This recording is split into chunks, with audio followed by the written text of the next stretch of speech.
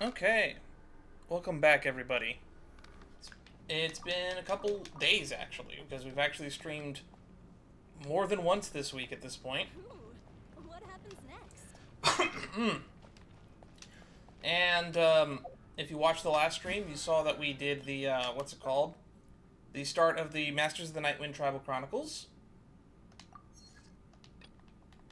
And then we did, the Little One quest line, which is now mostly caught up. And today we're going to try to start the Flower Feather Clan quest line, and that is all I really have planned. I'm hoping that it's short, and that it's not going to take up 3 hours. If it ends up taking more than 2 hours, we might just end the stream because I have other stuff I'd like to do.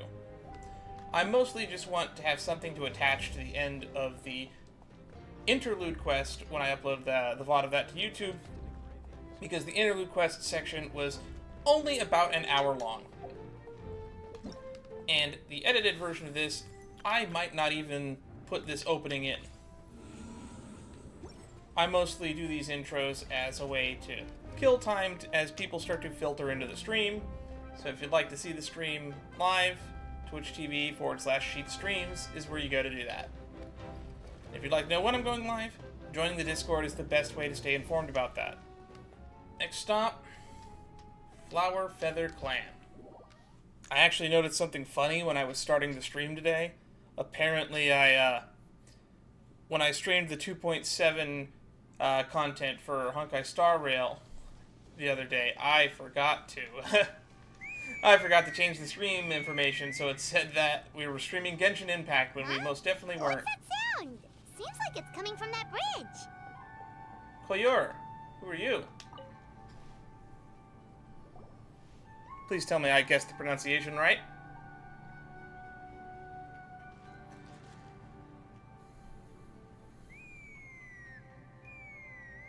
Sounds like a bird call. Ooh, sounds like a bird call that there was supposed to be a response for. Oh no! Why is she crying? Should we go check on her? You know, just in case she's thinking of doing something stupid. Oh my god. I was about to say, is she gonna jump? Man, me and Paimon on the same wavelength. I'd leave her be. Oh, hello, sneaky lady. The warriors of the Flower Feather Clan are a proud bunch who never show their vulnerability in public, even if they've gone wingless. Oh, Chaska? Good to see you again, Traveler and Paimon. Before we carry on, let's get a little further away before Koyer notices us. Ooh, I guessed the pronunciation right. I love it when I guess pronunciation right. There's a whole host of names in this world with various ways of pronouncing them. on the bridge. Koyer, you said? Should she really be on her own right now? With the mental state she's in, it just seems risky. Yeah, there also should be a railing on that bridge. I think it violates OSHA. Don't worry. That's exactly why I'm here. Elder Alpa sent me to keep an eye on her. If she does attempt the unthinkable, I'll swoop in and catch her. The unthinkable. I doubt it'll come to that, though. She's a fighter. A warrior, in fact. One who aimed for the sky. However despondent she might feel now, I'm confident she'll get through it. There we go. Let me lock my chair so I don't fall out of it. Well, in the Flower Feather Clan, there's an elite flying squad made up of Kukasaur riders. Okay. And it's an extremely selective squad. To become a rider, you need to undergo a trial where you not only demonstrate mastery of the relevant skills, but also win the approval of the Kukasaurs. Very few candidates make it through the process. Koyer has spent years training for her most recent attempt, but unfortunately she didn't pass. So it's not hard to see why she's so upset. Ah, okay. I thought this was much worse than it actually seemed. When you mentioned going wingless, what does that mean? Sometimes, after multiple failed attempts to pass the flying tests and win the Kukasaur's approval, people get so disheartened that they give up on their dream to soar the skies. They resolve to quit trying for good. We call those people the Wingless. I'm gonna give up. Bye. Call me Wingless. I'm afraid of heights. Do they get expelled from the tribe? Wow, that's dark if true, and I doubt that's the case, Paimon. What? No, of course not. They're still prized warriors. They just can't fly. We have a saying. Just as the Kugasaur treasures every feather on its body, so the tribe treasures each one of its children. This hits even harder in the wake of the war. All of our young warriors carry the future of our tribe on their shoulders. Besides, every Kugasaur falls from its nest before it learns to fly. It's practically a rite of passage. Likewise for the Wingless, we always hold out hope that one day, when they're ready, they'll rekindle their dreams and keep trying. Until then, all we can do is quietly watch over them from a distance. Just like I'm doing now. Cool. Ah, okay. Paimon hopes she'll get back on her feet soon. You mean off her feet? Well, from the sound of her whistling, her confidence has been seriously shaken. No Kugasaur is going to respond to a call that sounds like that. Whistling, call. Yeah, I figured that out. Yeah. People from my tribe call to their saurian companions by whistling or blowing a horn. So it sounds like Koyer was trying to summon a Kugasaur to practice her flying. But the Kugasaurs are an even prouder bunch than our warriors. They would never respond to a lackluster whistle like that. Man, picky-ass birds. First she failed the trial, and now she's struggling to even summon Oh wait, a we're not at Kugasaur. 8 minutes yet. I shouldn't be swearing. It's only gonna hurt her confidence further. Ah, who am I Getting kidding? I'll trapped edit in this that to the end of vicious the last circle stream. is the kind of thing that'll It'll be like an make hour people into go the video. wingless. I'll swear as much as I want.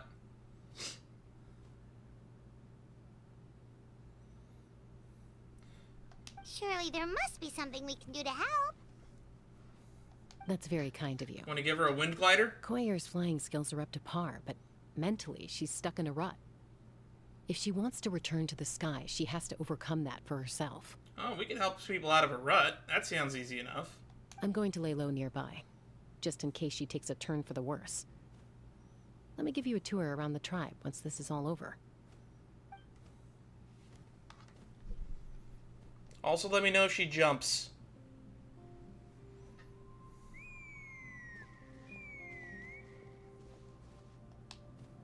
Koyer still isn't giving up.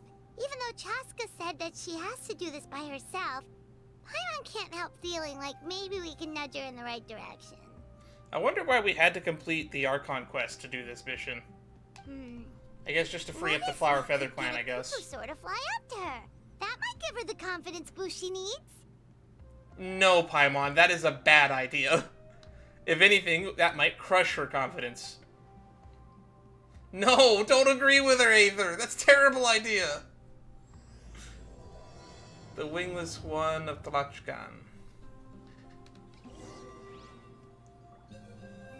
Indwell a Kukasaurus. Get close to Koyer. This is a bad idea. It's a Kugasaur. Oh my gosh.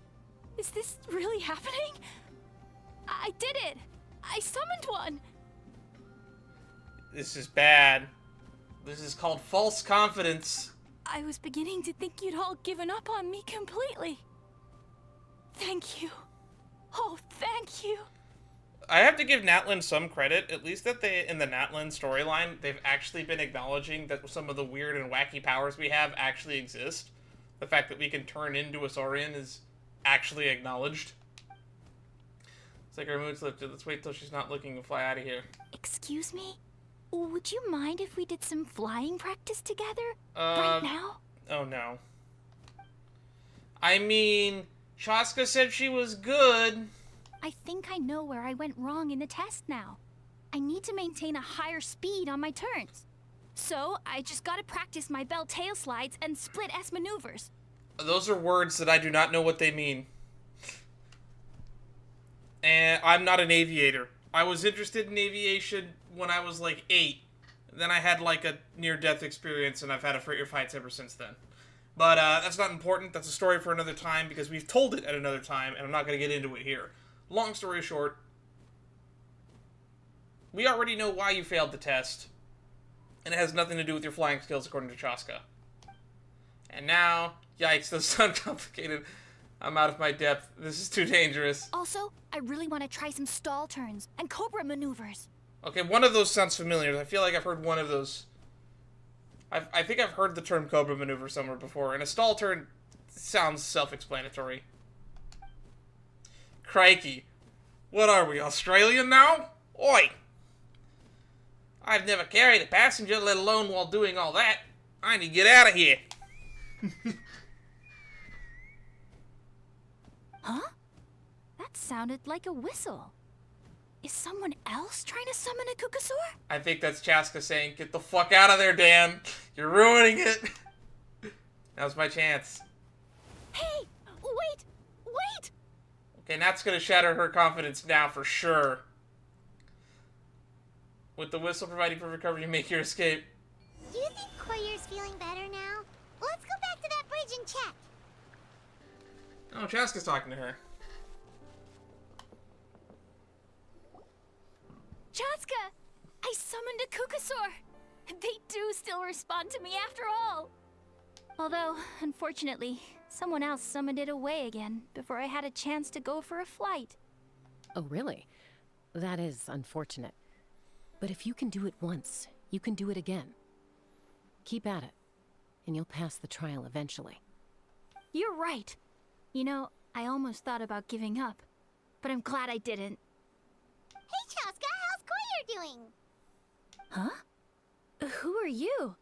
And how do you know my name? We were running into Chaska earlier. Just say that. These are my, friends. The Traveler and Paimon. Why did you pause before Paimon there? You came up in conversation the other day because I was telling them about up-and-coming warriors in our tribe. Oh, the Traveler, huh? So that's you. What do you mean up and coming?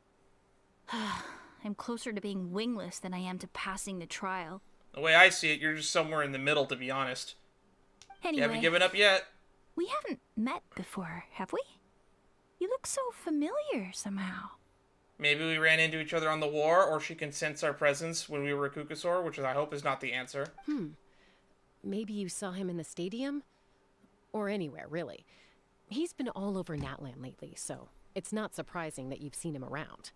It'd be more surprising if you hadn't, to be honest, considering there was, like, the whole war. We were front and center stage for that. Well, maybe not front and center. I guess we were adjacent. It was the 6 warriors and the leaders or whatever it was. The people in the Plan and the Archon that were center stage. And even Capitana to an extent. Oh, the whistling's back. I love the music. If you say so. Yeah, it must be it. Koyer, Chaska. Man, you sound really close from how far away you are with that voice line. Here you are. I've been looking everywhere for you two. Oh, Elder Alpa! What's the matter? Elder Alpa. I thought I should tell you myself. We're going to redo the flying trials. Redo them? How come? This is so unexpected. And I can't believe you came out here just to tell us that in person. It's embarrassing to admit, but due to time constraints, we didn't do a proper inspection of the arena before the last round of trials began. Then we started to notice many candidates performing worse than expected. That sounds like a really bad error on your guys' part. So we redid the inspection afterwards and found a number of issues which likely impacted candidate performance. I mean, at least you're letting them redo it. This was entirely our mistake, and I apologize unreservedly. I know it doesn't make up for it, but I thought bringing you this message in person was the least I could do. Man, it means like if we didn't do anything, it sounds like this might have restored her confidence a little bit. Oh, okay. Chaska, these people you're with, are they the Traveler and Paimon? Huh? You've heard of us?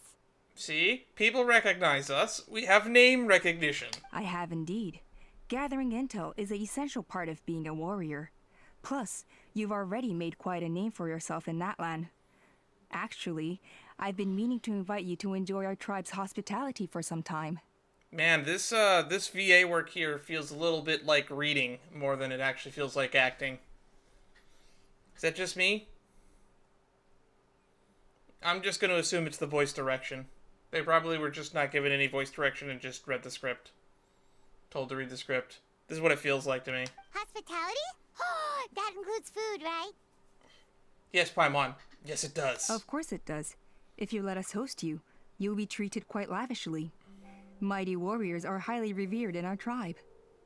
Besides, we still owe you for your help during the war. Without you, we would have suffered far worse at the hands of the Abyss.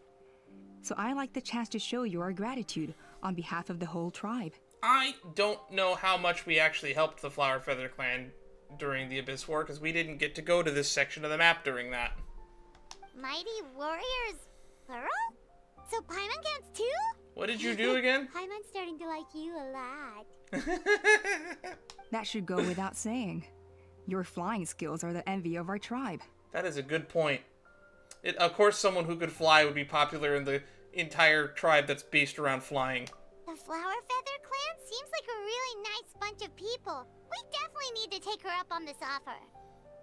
Last time was just a flying visit. We never got to check the place out properly. Well, I'd love to stay, but I'm afraid I still have to inform the other candidates about the retrials. With our younger generation's future on the line, there's no time to lose. Wait, Elder Alpa! Let me help! The sooner everyone gets the news, the better. Uh-oh. Uh-oh. No, we're about to shatter her confidence. Very well. In that case, Chaska, could I leave you to entertain our guests? Sure thing. Okay. Let's meet by the Obsidian Totem Pole later. You mean the Koya, Wyab? let's get going. I thought the obsidian totem poles were called the Wyabs. Okay. Is there another totem pole made out of obsidian somewhere?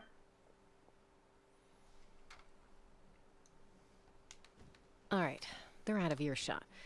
I'm just gonna come out and ask. That Kukasaur who responded to Koyer's call, that was your doing, wasn't it? Don't let her know! I grew up with these creatures. I could tell something was off the second I saw it. What could you tell was off? I don't really know how our weird indwelling works, but I thought it was picture perfect. His whole demeanor seemed less like a Kukasaur and more like, well, you. You could tell its So I demeanor figured from you that must have far been pulling away. the strings somehow. I can't believe you saw through it. I can believe you saw through it, but the reasoning for how you saw through it, I don't buy. He looked That very seems like flustered bad when writing to Koyer me. asked for a ride, so I whistled to give him a chance to escape. Ah, I see. And judging by the look on your face, that was a welcome intervention, huh? Probably. It's alright. If you'd rather your hidden talents remain hidden, I respect that. I won't press you for answers, and I'll keep my speculations to myself. We got this power from a golden voice, You're the kind of person I'd still which is a trust weird even if you had description for a superpowers. voice I know. I know you'd use them for good.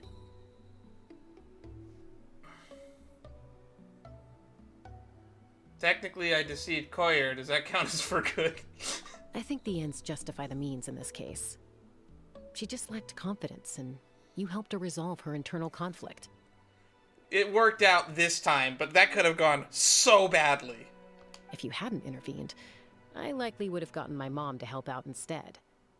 Although, having said that, there's a small chance she might have recognized her and seen through the whole thing. That would have done more harm than good. Well, luckily, no harm was done in the end. Yeah, luckily indeed. Yeah. Anyway, if you're free now, how about I give you that tour I promised? Finally, we get to explore the place.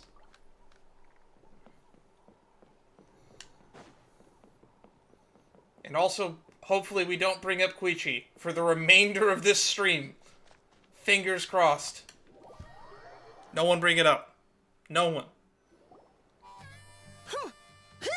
I love the weird cowboy music we have for this one region.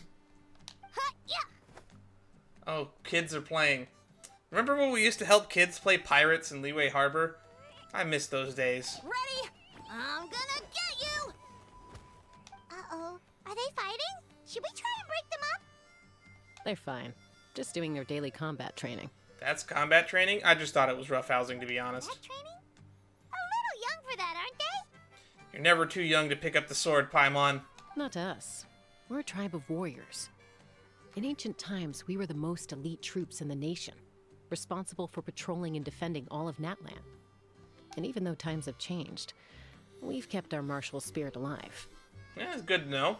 Hey, is that Chaska? Jessica, you're back! Yachtland. Oh, can you come train with us? There's a baby Kukusaur over there. Now's not a good time, I'm afraid. I'm showing the Traveler and Paimon around. Maybe next time. We can play with you. The Traveler and Paimon? Wait, you mean that legendary warrior and legendary flying expert? I'll add that to the list of Paimon's titles. Legendary? Yep, that's us, alright. All fear the sky-cleaving white iron lavender melon. Awesome. It's so cool that you can fly without having to ride a Kukusaur. Even Chaska could only do that for short distances. Wait. Chaska can... Oh, that's right, because she has the weird gun thing. Mr. Traveler, can you teach me some cool sword tricks? Cool, here's this thing where I pull my sword out, I twirl it, and I drop it because I'm not that good with it. Oh, Mr. Traveler! My family shop makes the best volcano cake. You gotta try it! Noted. I like cake. I would like to try volcano cake. If it's like lava cake in our world, I'm all on board for that. Let's behave ourselves, everyone. These people are here as our guests. They're going to meet Elder Alpa in a few minutes anyway. Kotini, instead of being jealous of other people's talents, why not work on developing your own? Kapak, there's no point in trying any cool sword tricks until you've mastered the basics. Have you done all your sword drills today? And Yatlan, easy does it, okay? Not every conversation has to turn into you plugging the family business. Oh, come on. Let them eat cake! Okay. Chaska's mini lecture calms the children down and they Sorry stop about crowding those you. kids. They just got overexcited when they heard your name. I hope it didn't bother you too much. The celebrity treatment is normal for the Traveler and Paimon at this point. This is a volcano cake that Yatlan forced into my hands. She said to think of it as an apology gift. Whoa, it smells amazing! Traveler, you want some? Smells pretty good. Tastes nice, too. That's good.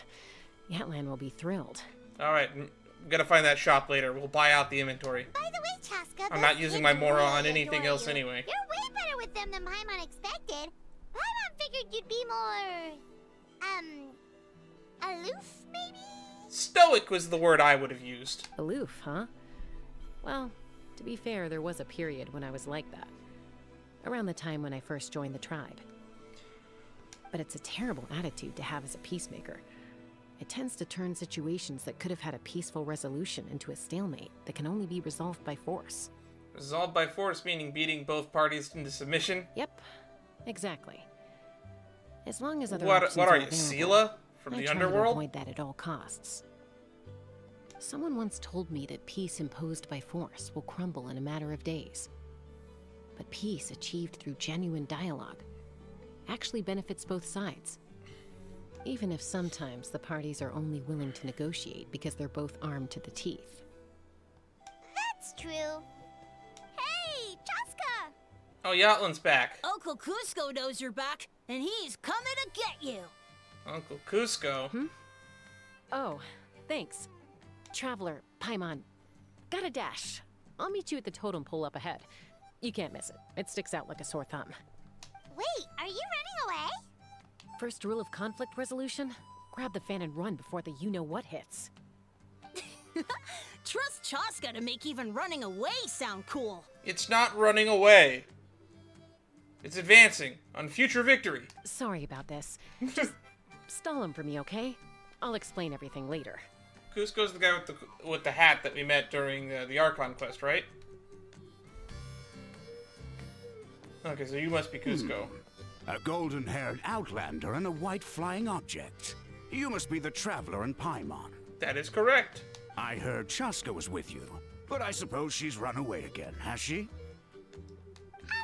Sorry, who are you? Who am I? Only her father. Ah, I see. She's supposed to go for a checkup every 3 months to see how her abyss condition is doing. We both agreed on it. But she's already missed 3 checkups this year. That's 3 out of 4. Oh no. Oh no, don't bring it up. Don't bring it up. This must be Koichi's father, huh? Yes.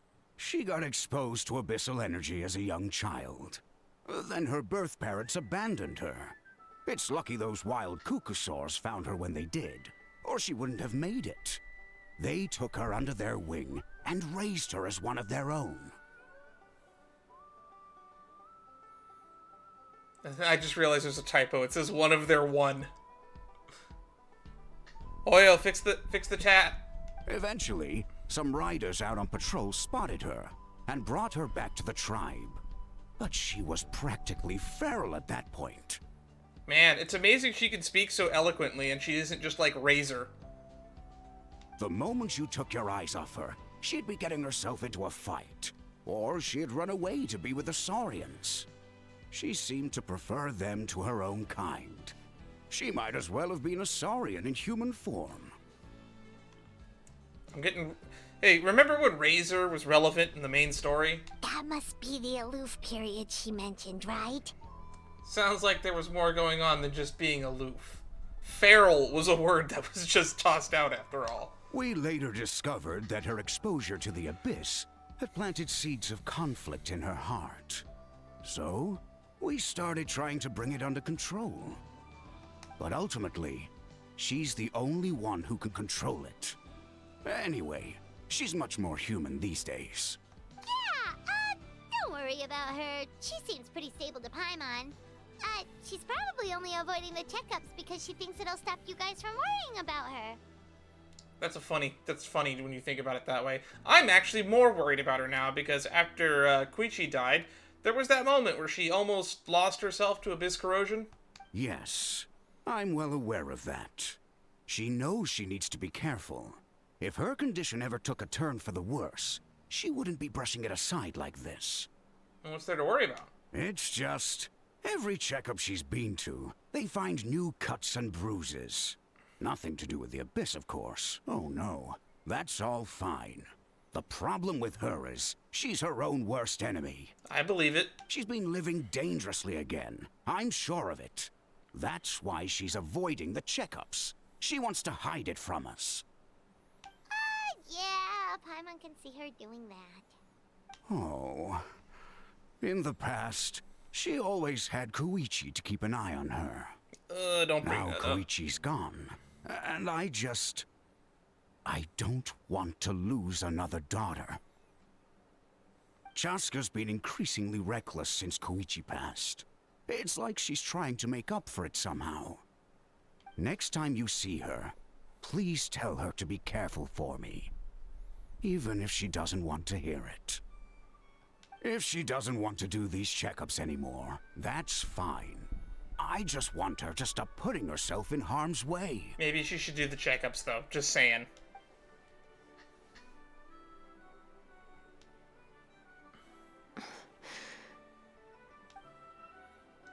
Cusco rambles on about Chaska and Koichi. Potentially listen till the bitter end. Whoa, where did the time go? We should meet back up with Chaska before it gets any later. To get to the totem pole, we need to head north, right? She was up there on that house. I'm sorry. I didn't mean to keep you so long. I don't get to talk about my daughters much. And once I got going, I lost track of time. Nah, man. You do you. I should be getting back to work now. I love good conversation. Oh, Chaska. Help me talk some sense into her, won't you? What a great guy. I hope nothing bad happens to him. Yeah, that's the Laya, the obsidian totem pole.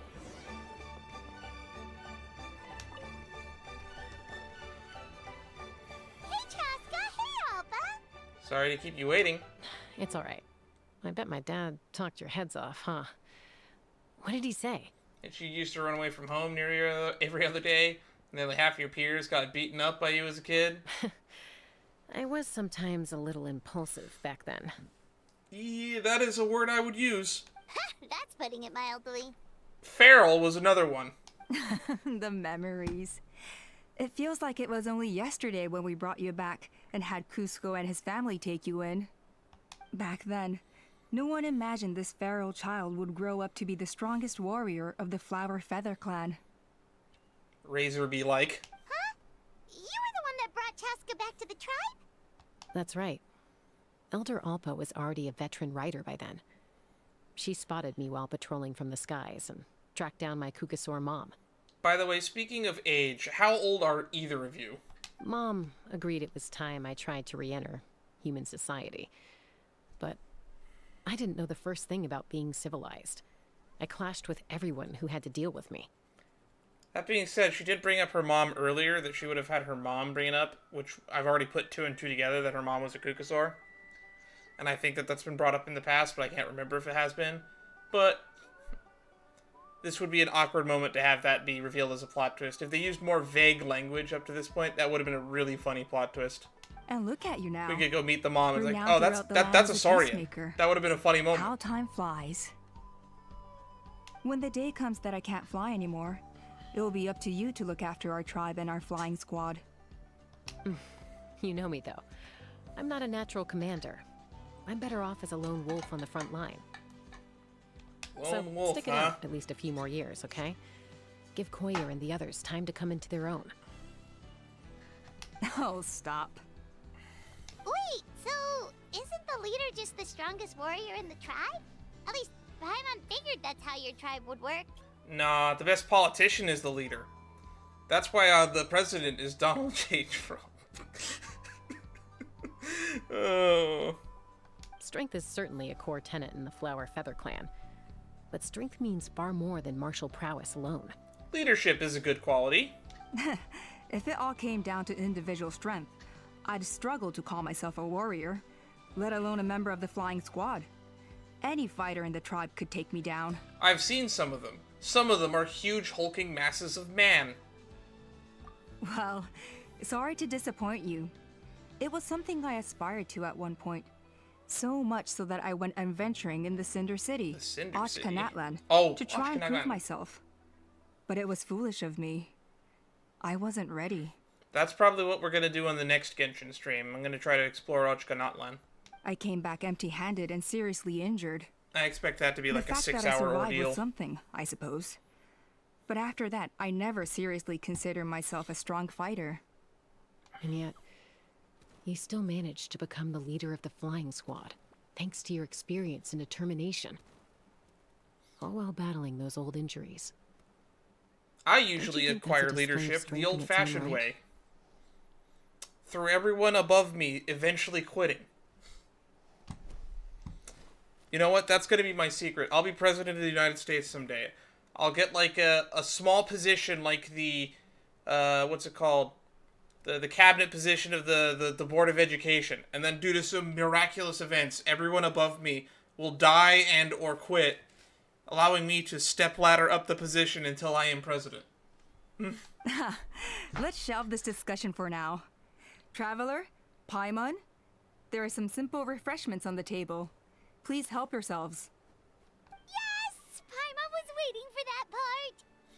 Didn't you just gorge yourself on a whole bunch of volcano cakes? We had one volcano cake. They were for the snack stomach. The refreshment stomach still has plenty of space. Write that down, write that down. Paimon has multiple stomachs. Paimon's anatomy is important for the lore. Paimon is so full. No, what about the snack stomach? There's got to be some room in the snack stomach and the dessert stomach. Well, if you're enjoying our hospitality, feel free to stay with us as long as you like. Elder Alba? Something's come up. I don't like the sound of that tone. What happened? Is it serious? Shall I deal with it? It's...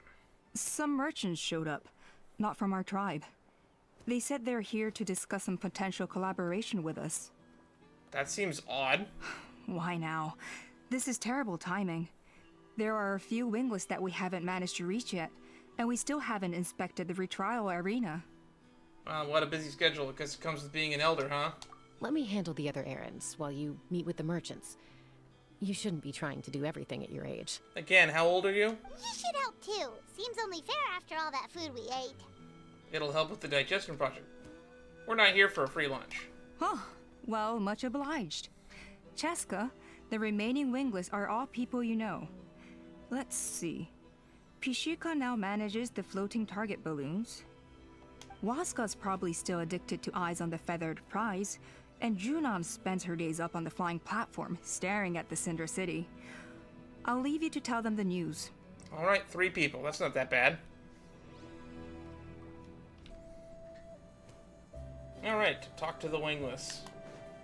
I thought we were only supposed to call the people that quit the Wingless.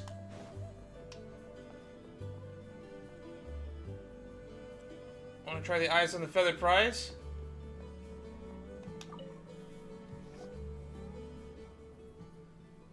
You got a good pair of eyes.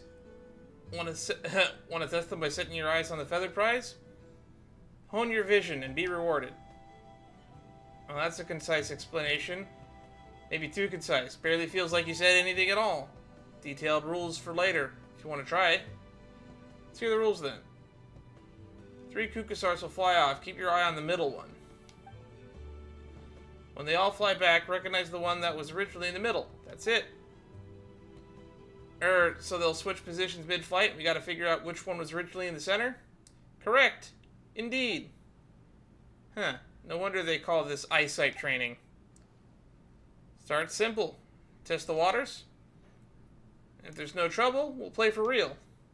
Rewards are yours if you succeed. Alright, I'll give it a try. When ready, hit the target to start.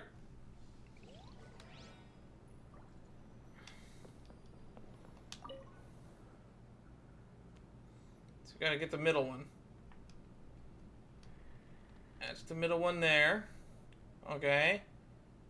Okay.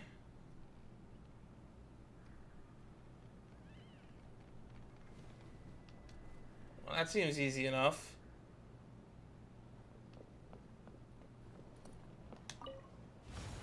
That's right, it's this one.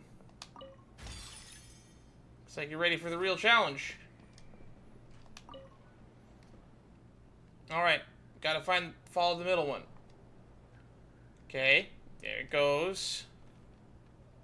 Oh, they're trying to be tricky now. Oh, they're going out of sight. I think it's that top one there.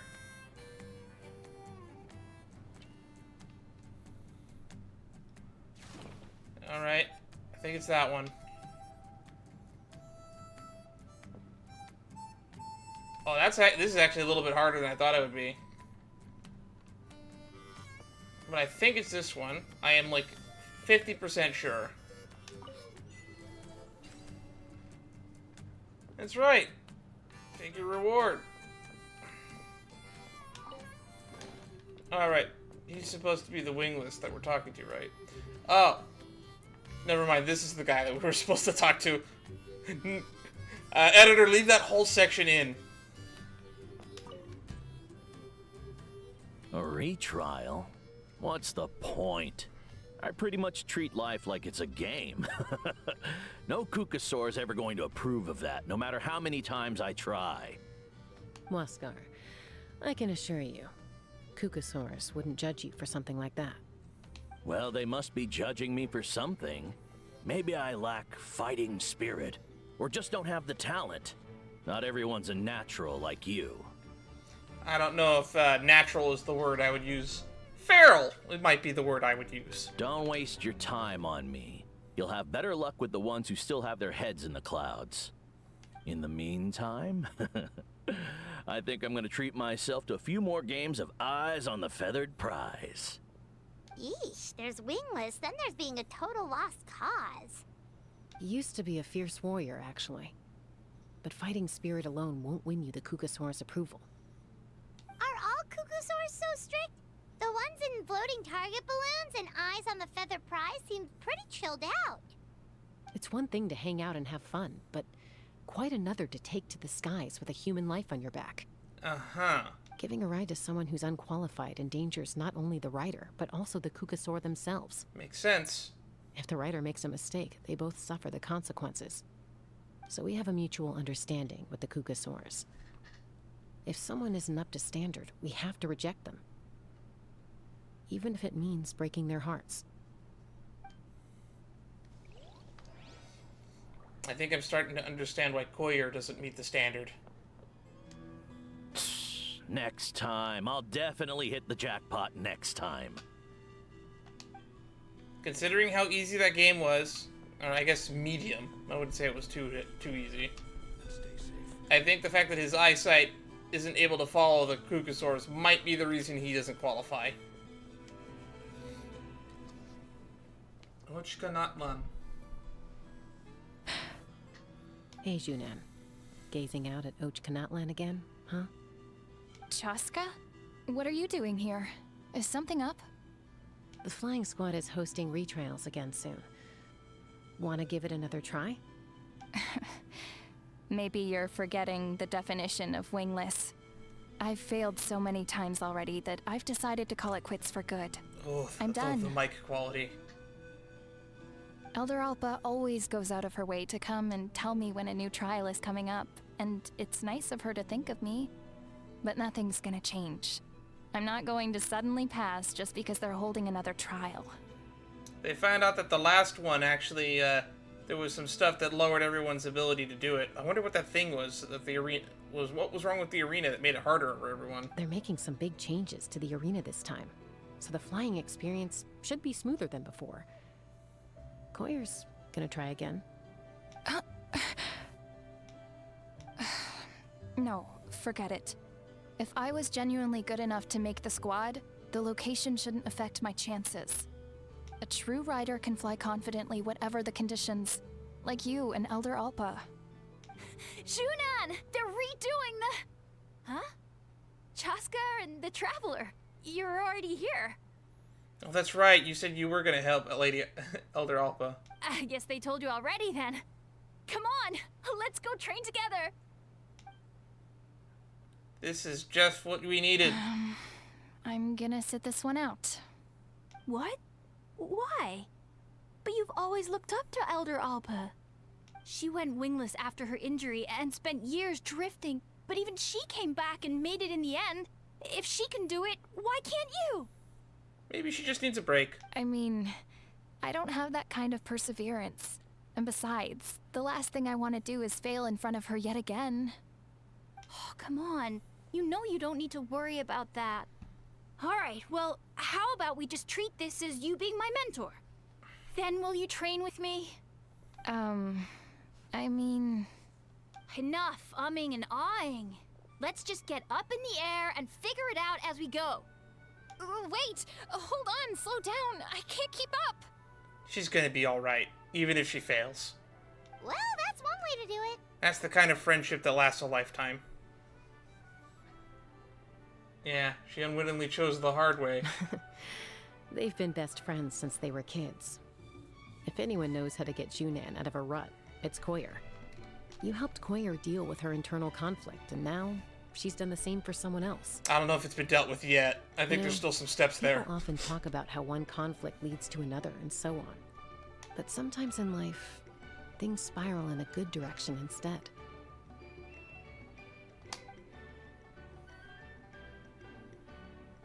That's Ochkanatlan. Get a good look. That's where we're going next time. Peace, yeah. Are you sure you don't want to reconsider, Pashika? Pashika. I appreciate it, boss. But honestly, I'm pretty happy with my life nowadays. Pashika, they're redoing the flying trials. Huh? Utoda? Ah, did Alpa send you? I was just telling Pashika the news, actually. The way things are with the tribe these days. I mean, you don't need me to tell you. This here is no future for a seasoned warrior like you. Ah, come on, boss. Do you have any idea how long it's been? I've been wingless for years now. I'm not cut out for that anymore. Of course, I'll do my part if we ever need to defend the tribe. But there's really no point in me trying out for the flying squad now. I've already made my peace with it. Not everyone has what it takes to return to the sky after going wingless. Elder Alpa's perseverance is something else.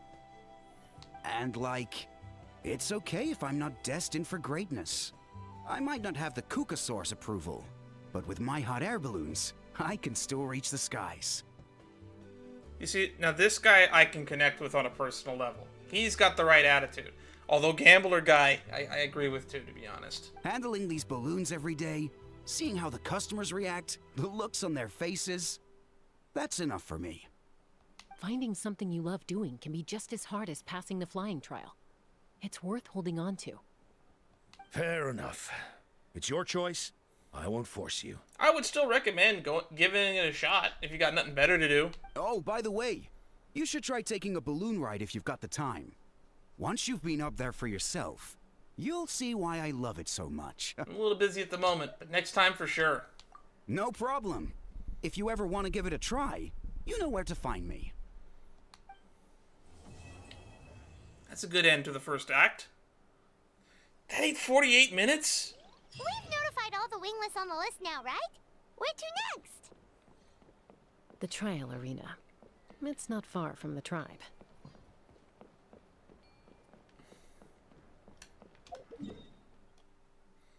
Well, you're right. It's not far at all. Flight Trial Arena Administrator. Oh, hey there, Chaska. Did Elder Alpa send you? Yeah, she's got other things on her plate right now. How are things looking here? Well, the inspection revealed numerous blockages all over the trial arena.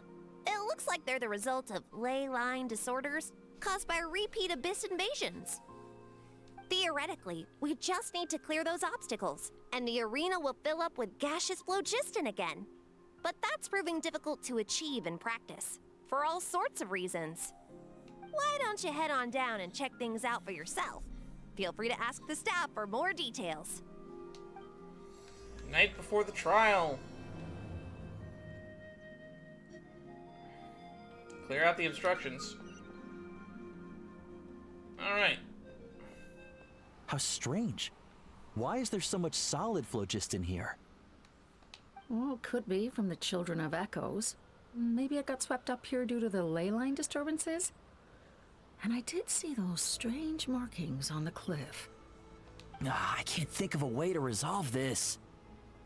Short of going all the way to the Children of Echoes to borrow it to Tlalocan. Huh. That's actually pretty interesting. Oh, we're playing as Chaska right now. Whoa! Did you see that? A Tlalocan just showed up out of nowhere. Yeah, can't imagine why. How did it get here? Just passing by, or... Huh. Well, not gonna argue with a good thing. The spout's clear. That's all that matters. Good for y'all. Alright, how does Chaska work? Bow. Anima bow. Take me up.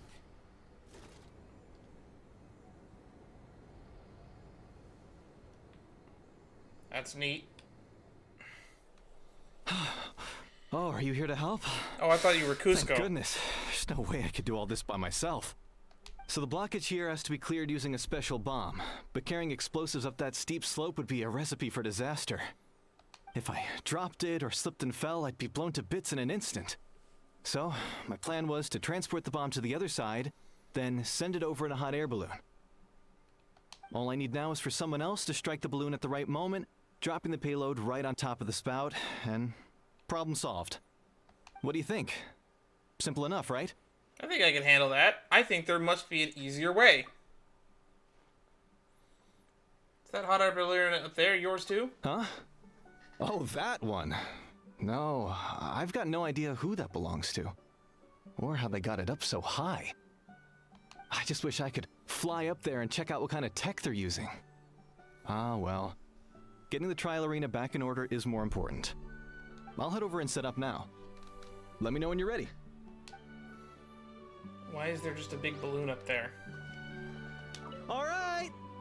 Get ready!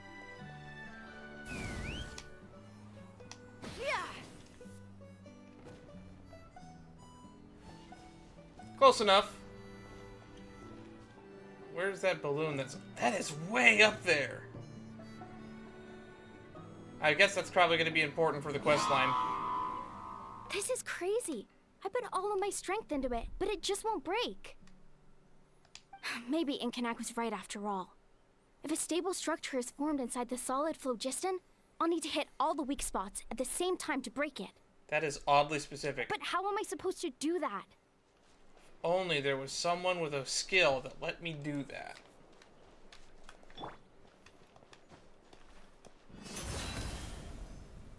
Haha! Ah, so that's how you do it. Amazing! I think it should be possible to clear this spout with just a few hard hits. But there are signs of strange life in here. Meddling with it might be dangerous. Ah, slimes! Hey, monsters! I love that voice acting. Let's get it on! Oh, hang on, let's try this out. How do you fight? How does your skill work again? Oh, there we go. I figured it out. Bullseye! Oh, that's kind of bullshit.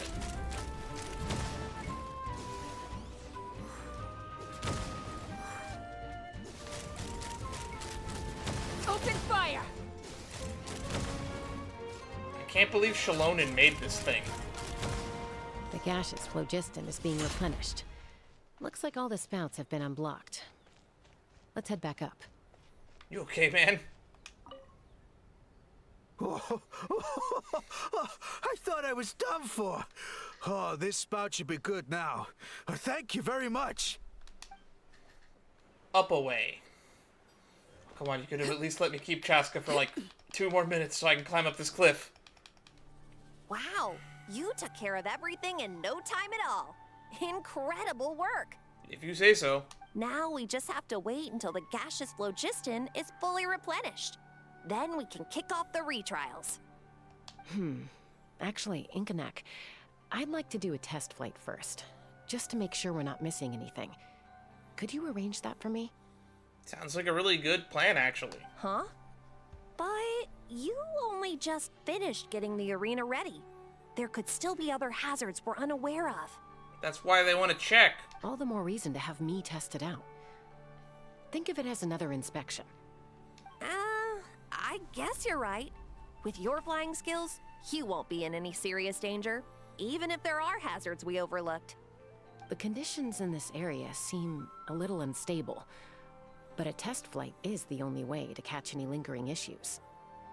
All right, I'll get things set up for you. Just let me know when you're ready.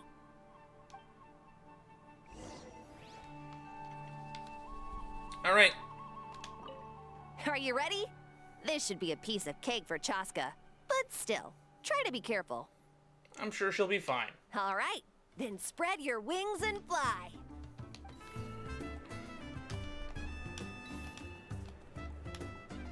What's with that balloon? The button control on this is kind of weird. Not sure if this is the control scheme I would have gone with. I don't even want to think about how this controls on PC. That was amazing. Paimon couldn't take her eyes off you. So any further issues with the venue? Yeah, there were some random balloons around. No, nothing major. Give it a few days, and we should be able to conduct the trials. Help! Help me! Oh, it's a Fontaine merchant. You're from the Flower Feather clan, right? Please, come quick. You've got to help us. What happened? Catch your breath first. What's the situation? We got attacked by a Kukasaur. My friends are still stranded in the middle of the road with the goods we were transporting. Please, I'm begging you, save them. Huh? Are Kukusaurs really that aggressive? Do they usually attack groups of people unprovoked? Not in my experience, but there are exceptions to every rule. Let's What go a check it out. forward-thinking individual. I'm liking Chaska the more that she speaks. Talk more. Feel bad on skipping her banner now. This way, right? I've never seen such an aggressive Kukusaur.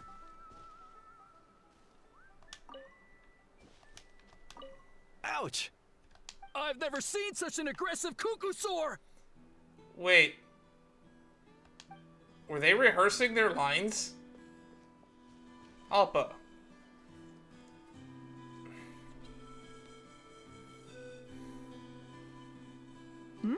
Tasca? Traveler? This is a surprise. Elder Alpa? Huh. So, where's this aggressive Cuckoosaur we've heard about? Already flew away. Looks like it backed off once it realized that reinforcements were coming. So why do you think it attacked these people in the first place? Was it after the food? No. These merchants are even transporting food. What are they transporting? Thank goodness. The phlogiston wings are intact. They're transporting phlogiston? Phlogiston wings. Thank you so much for coming to our rescue. These phlogiston wings are our most prized goods. If anything happened to them, it would ruin us. Wait a minute. Are you the merchants that were looking to collaborate with us? Wormy told me about you. Yeah, that's us. So I take it you're Elder Ulpa? I am. You must be exhausted from your journey, not to mention shaking up from the attack. Let me bring you back to our tribe to rest. We can talk business after you've recovered. But Elder Alpa, what about the Cuckoosaur attack? Why don't we investigate that while they handle things here? Well, our guests here weren't seriously injured, and their goods are intact. Perhaps that Cuckoosaur was just having a bad day. There are so many of them around here. You'd expect something like this every once in a while. I don't think we need to pursue it any further. I think we do. More importantly, how are the preparations for the flying trials going? It's on track. Is everything Few in days. order over at the arena? Huh? Did you say flying trials? What a coincidence! Sounds like a perfect use case for our phlogiston wings. You'll be pleasantly surprised by what they can do. Oh, really? Now I'm intrigued. I was intrigued when they said phlogiston wings. Well then, let's forget all about this Cuckoosaur attack for now. We have some serious business to discuss. Sounds like they got like some sort of wingsuit that they want to show off. Or maybe it's like a jetpack. Huh? Please be like a jetpack. Or like an Electra from Minecraft, I guess. So that's it? That all went smoother than expected. Well, guess we'd better get going. Huh? Chaska? What are you looking at? Ah, bloody feather. A blood-stained feather. The incident is forgotten about and peace returns to Flower Feather Camp. The next few days are uneventful except for the flying trial preparations. We continue at an accelerated pace. Night before the trial.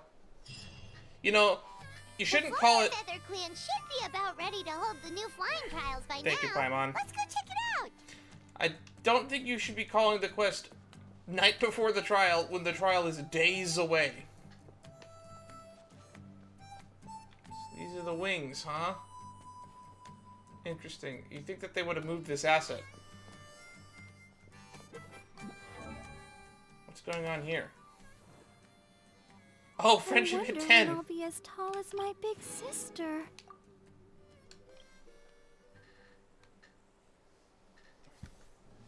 So who all is going to come? Ah, Traveler and Paimon. You came. Yep, and it looks like we made it just in time. Although, can't say the same for the Cuckoosaurs. Bit of a low turnout, huh? Yeah, you'll see why soon enough. All right, get ready. 3, 2, 1, fly! What? Oh my god, it is a jetpack! Whoa! We're really flying! That is way cooler than I thought it would be. I'm gonna get a screen cap of that, hang on.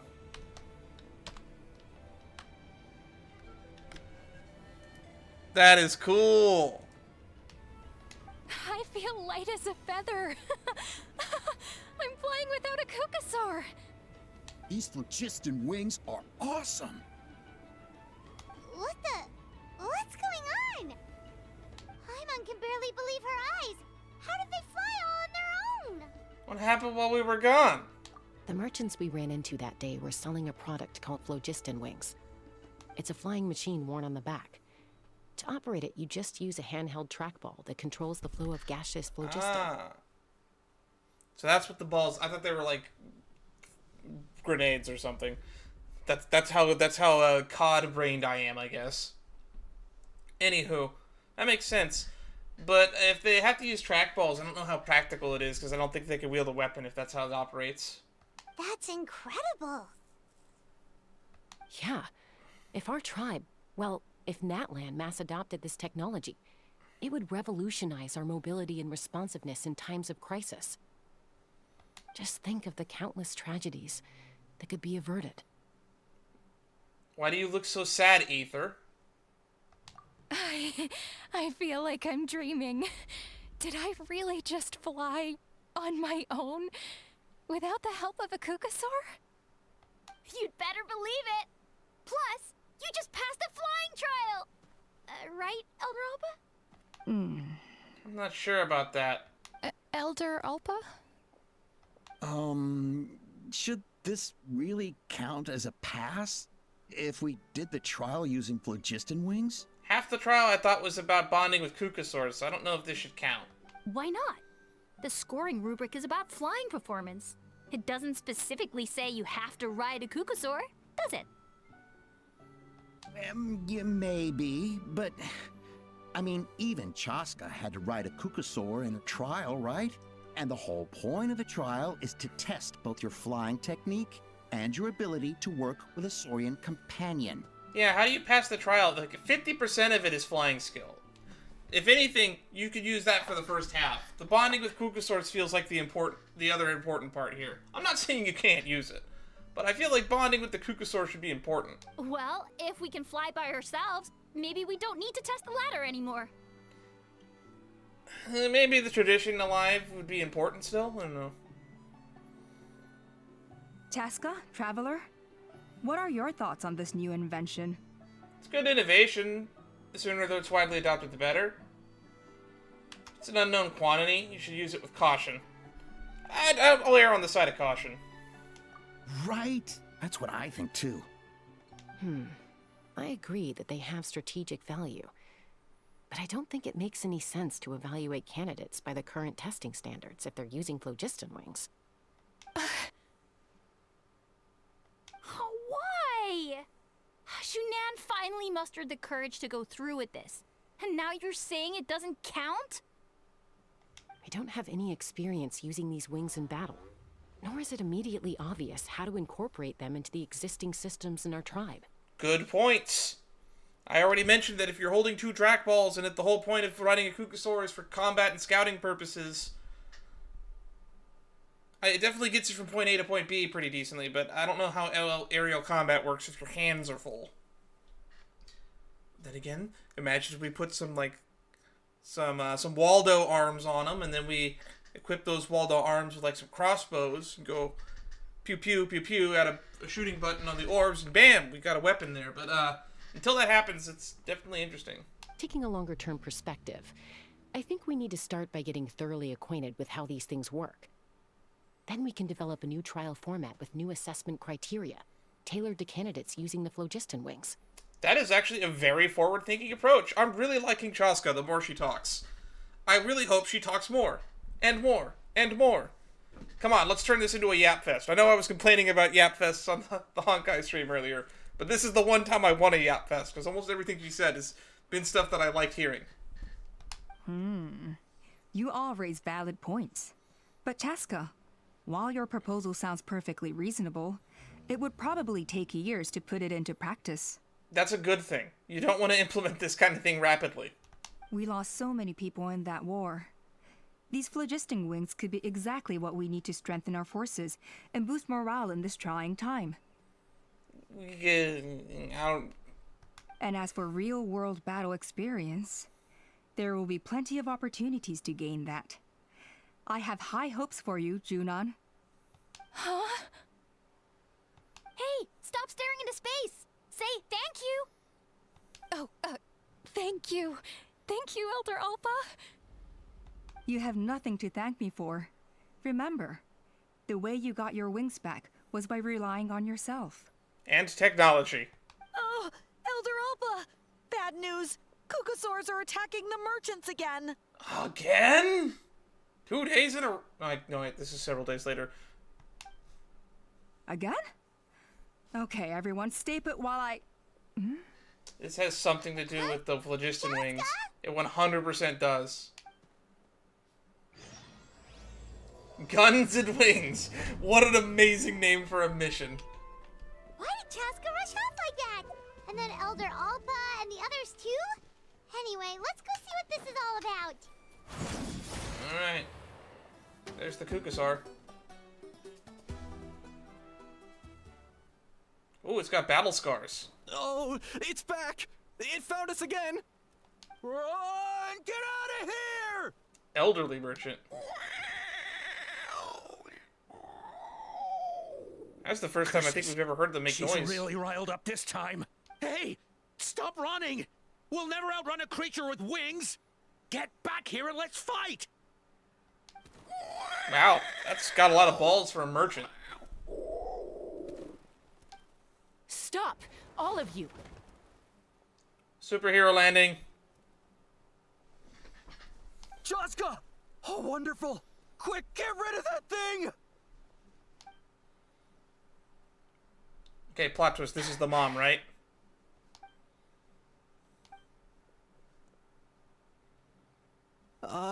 What's going on?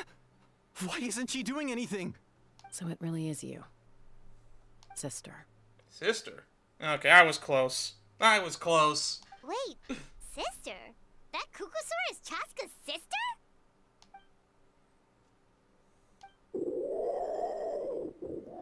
I mean, raised by Kukasaurs, I don't know why I wouldn't be surprised about having a sister. In fact, I'm not surprised. I'm just surprised that it didn't turn out to be the mom. Because that would have been the plot twist, because that's the character we've been hyping up.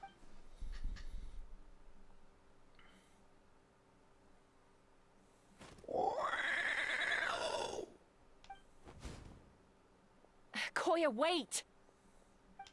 Koya. Is Chaska gonna be okay? Should we go check on her? We will, but I want to check on the people here first. Let's get you two's opinion. What was wrong with that Kukasaur? Why was it so aggressive? If we just let it escape back into the wild, who's to say it won't attack again? And we got more of these jetpacks just lying around. Is everyone all right?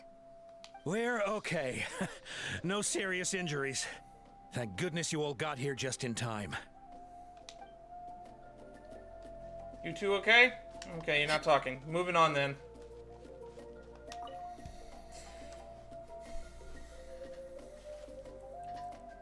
Chaska, are you okay? I'm fine. Sorry for making you worry. You're not gonna keep following her? No point. She's an expert at hiding her tracks. Once she's shaken you off, you'll never catch up to her. At least, I always used to lose to her at hide-and-seek when we were kids.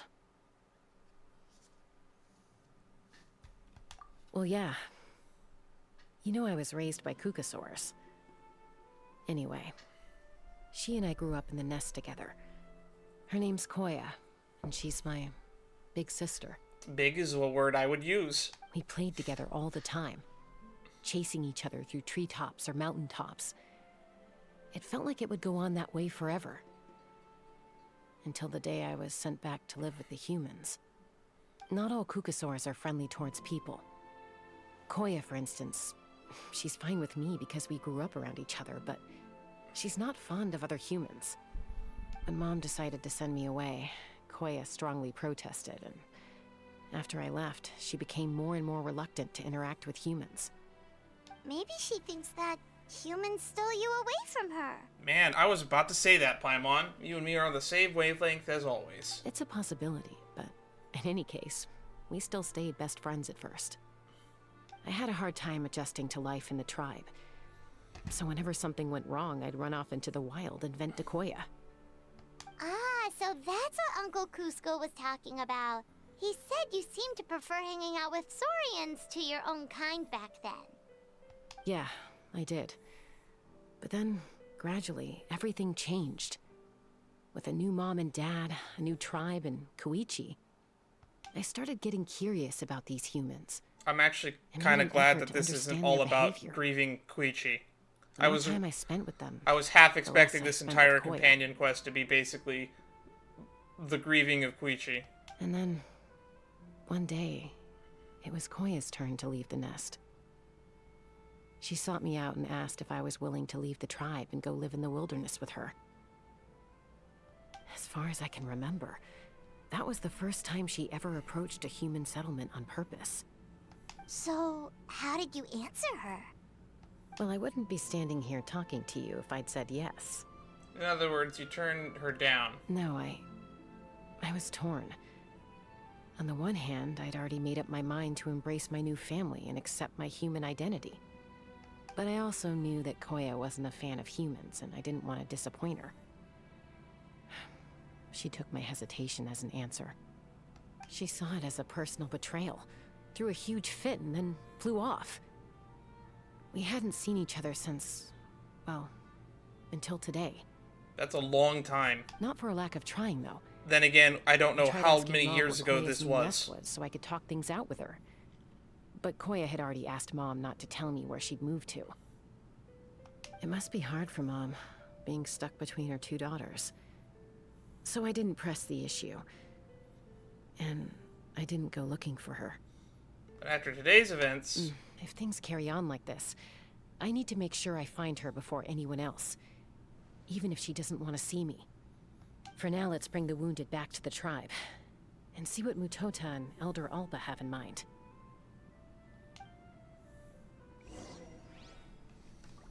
Alright. Oh, you two are still here. What was wrong with that? If we just let it... I feel like those NPCs should have relocated. What's up, guys? Everyone for a meeting. So, I hear there's been another Kukasaur attack. Oh, it's these two. Ha! I knew it! They're wild animals, and they can't be trusted. I don't know if you're the person I should be talking that opinion from. Hey, show a little respect. The Kukasaurs are our partners. Maybe in the flying squad, but they don't give a hoot about the rest of us. I think there's a reason why you have never bonded with them. Well, now that we have the phlogiston wings, do we even need the Kukasaurs anymore? Are you kidding? How are we supposed to protect our tribe without them? I didn't mean it like that. Huh? Protect our tribe? Or are you just scared that your precious flying squad will lose its prestigious position? You take that back! Things are changing so quickly. Tasca, there's a conflict emerging there. Aren't you going to nip it in the bud? I don't want to get involved in that. The whole tribe's talking about this now. Breaking up a single fight won't solve anything. The real source of conflict here is the phlogiston wings. And what happened with Koya. On any other day, people would just brush this attack aside. After all, clashes between wild Kukasaurs and humans are no more common than those between people. But now that the phlogiston wings have entered the equation, it's sparked a debate over whether our tribe needs the Kukasaurs at all. That's what we call poor timing. I worry that we risk repeating the mistakes of the Cinder City. Back then, Lord Ochkon's hatred of the Saurians nearly destroyed the peace forged by the Pyro Archon. Ooh, that sounds like lore we're gonna find when we eventually start exploring that region. Chaska, to prevent things from deteriorating further, I'd like to task you with restoring peace to the tribe. Man, I never really stopped to look at how many scars this guy has. I will. Traveler, you've already done so much for Natlan, and the Flower Feather clan has no right to ask more of you. But... Say no more. I'm in. We are so back. Just because my friend, the Flower Feather Clan tribe, are my friends. Looks like I was making a mountain out of a molehill. I feel like that's a Children of Echoes slur. And don't forget about Paimon. Just leave this to us. This whole situation has unfolded so quickly that it's put us on a back foot. To tell the truth, it makes me a little suspicious. You think someone might have orchestrated all this? Yeah, I did have that suspicion as well. It's possible. Leave it with me. I'll look into it. Also, Chaska, Could you try to keep a low profile while you're out there digging around? We don't want to give our hand away. I'll do my best. Alright, Okay, so where should we start? let's try to hunt down Koya. This all began with Koya's attacks. If we can find out what led her to do it, that should give us something to work with. But would she even talk to us? Unlikely. Given how she reacted when I showed up, I don't think she's forgiven me. What if we approach her as a Kukusaur? See, now it's a time where the power might be useful. If you want to resolve a conflict through dialogue, sometimes you need a third-party facilitator. Let's go see my mom. That is also a fairly valid plan. Let's go with that one. Still want to try my plan this time. Got new mail. Oh, I thought I would have to climb to the cliff. Wow, so this is where you used to live as a child? I'd be worried about high tide. Mm-hmm. When I was little, we used to do this thing where I'd jump from the top of this tree, and Koya would fly over from the platform and catch me in midair. Or sometimes we'd both fly from the treetop together, and then after some aerial maneuvering, she'd throw me up onto that platform. After we got a bit older, we went to the nearby shores looking for even greater heights. Stop! You're gonna give Paimon a heart attack! Yeah, and we thought that Cloran's backstory was traumatic. Oh, really? I just thought it made a fun story. I liked it. Then I'll share more with you when there's time. Anyway, back to the matter at hand.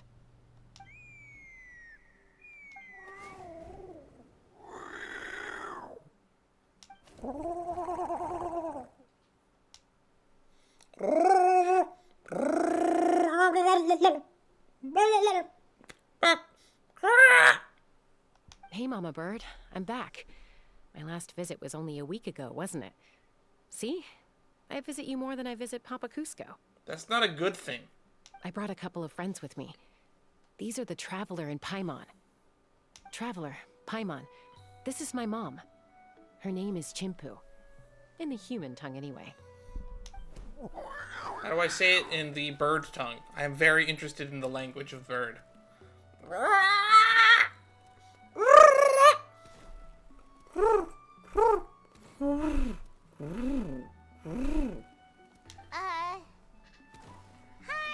So you understand the Saurian language? No, not really. I don't speak it as such, but I can sort of get the gist. Although only with Mom and Koya, since I spent my formative years with them. Even then, it's basically a best guess based on their sounds, body language, and expressions. Seems to work about 9 times out of 10, anyway. That's pretty good accuracy. As for whether Mom understands me, I can't always tell. But somehow we still manage to communicate. Call it the family bond, I guess. I guess.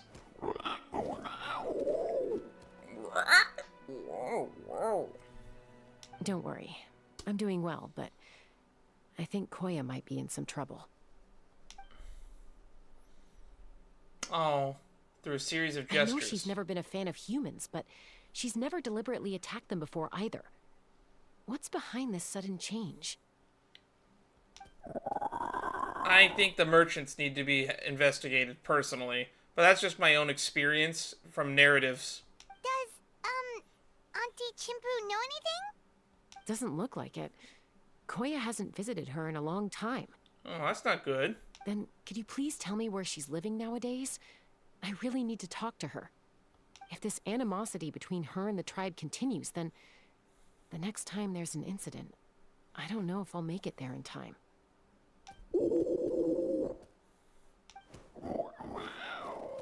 What did she say? She said she'll take us there. Thank you, Mom. Alright, where are we going? Oh, right, we're in bird form. Oh, looks like we're going into the new blank region. And she lives out in the middle of nowhere. Literally, look at this.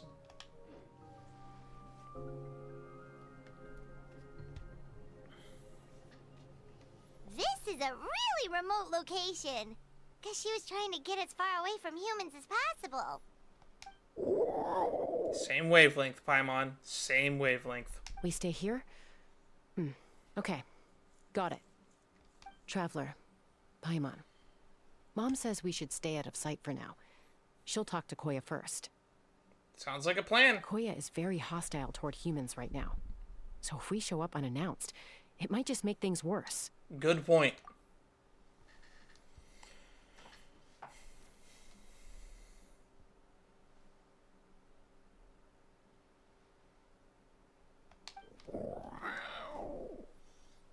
Should I intervene? Should I try to participate in the bird conversation? What?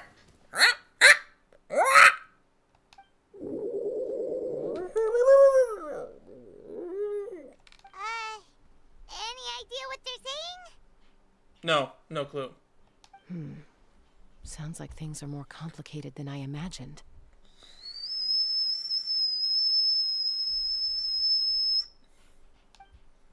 There's evidence in this area suggesting that Koya might have been the victim of a human attack. I have a feeling it was the merchants. I see arrows. Real question is, why are humans all the way out here? No, What's wrong? it's Chime, Koya's child. The attackers kidnapped her. Really? They came over the sea, under the cover of night, and they took Chime. What the heck? Who would do such a thing? I searched day and night, and finally found them. She says them. Does she mean the merchants?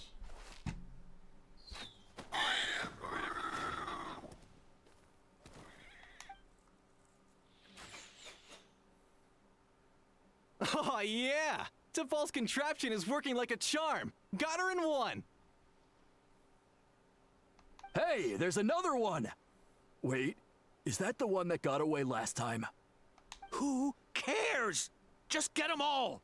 T'Pol pays us per catch. Who's T'Pol? Sounds like they're poachers.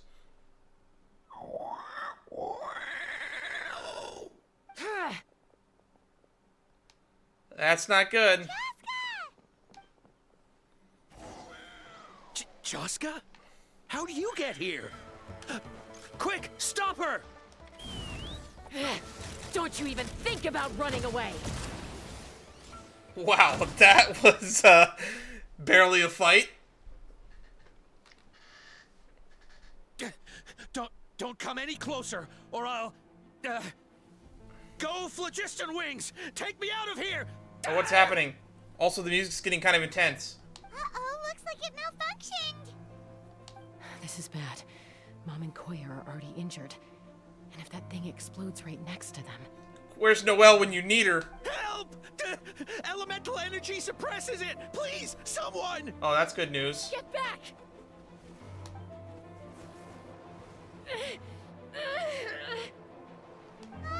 It's still going. Chuck it. Getting worse. Guess we need a more permanent solution. All right then. She's gonna shoot it. I mean, that's a worthy screen cap right there. I don't think we've ever gotten this comic format before. Definitely want to save that for my folder. I didn't think jetpacks would be so central to the story. There it goes. Jessica throws the malfunctioning trackball into the distance. Moments later, a huge explosion rings out. That was too close. I thought I was gonna die. How's it going, RK? That could still be arranged. Man, Ether, why you gotta be so dark? Answer us honestly. Were you the ones who attacked Koya before? I am... No, it was... It sounds like they're working for someone bigger. Well, she says it was you. You still want to deny it, you have other ways of making her talk. Just tell me, who sent you here? Ether, when did you get so dark?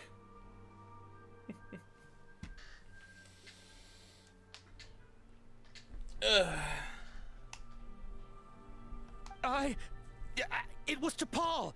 He told us to catch all the wild Kukasaurs we can find.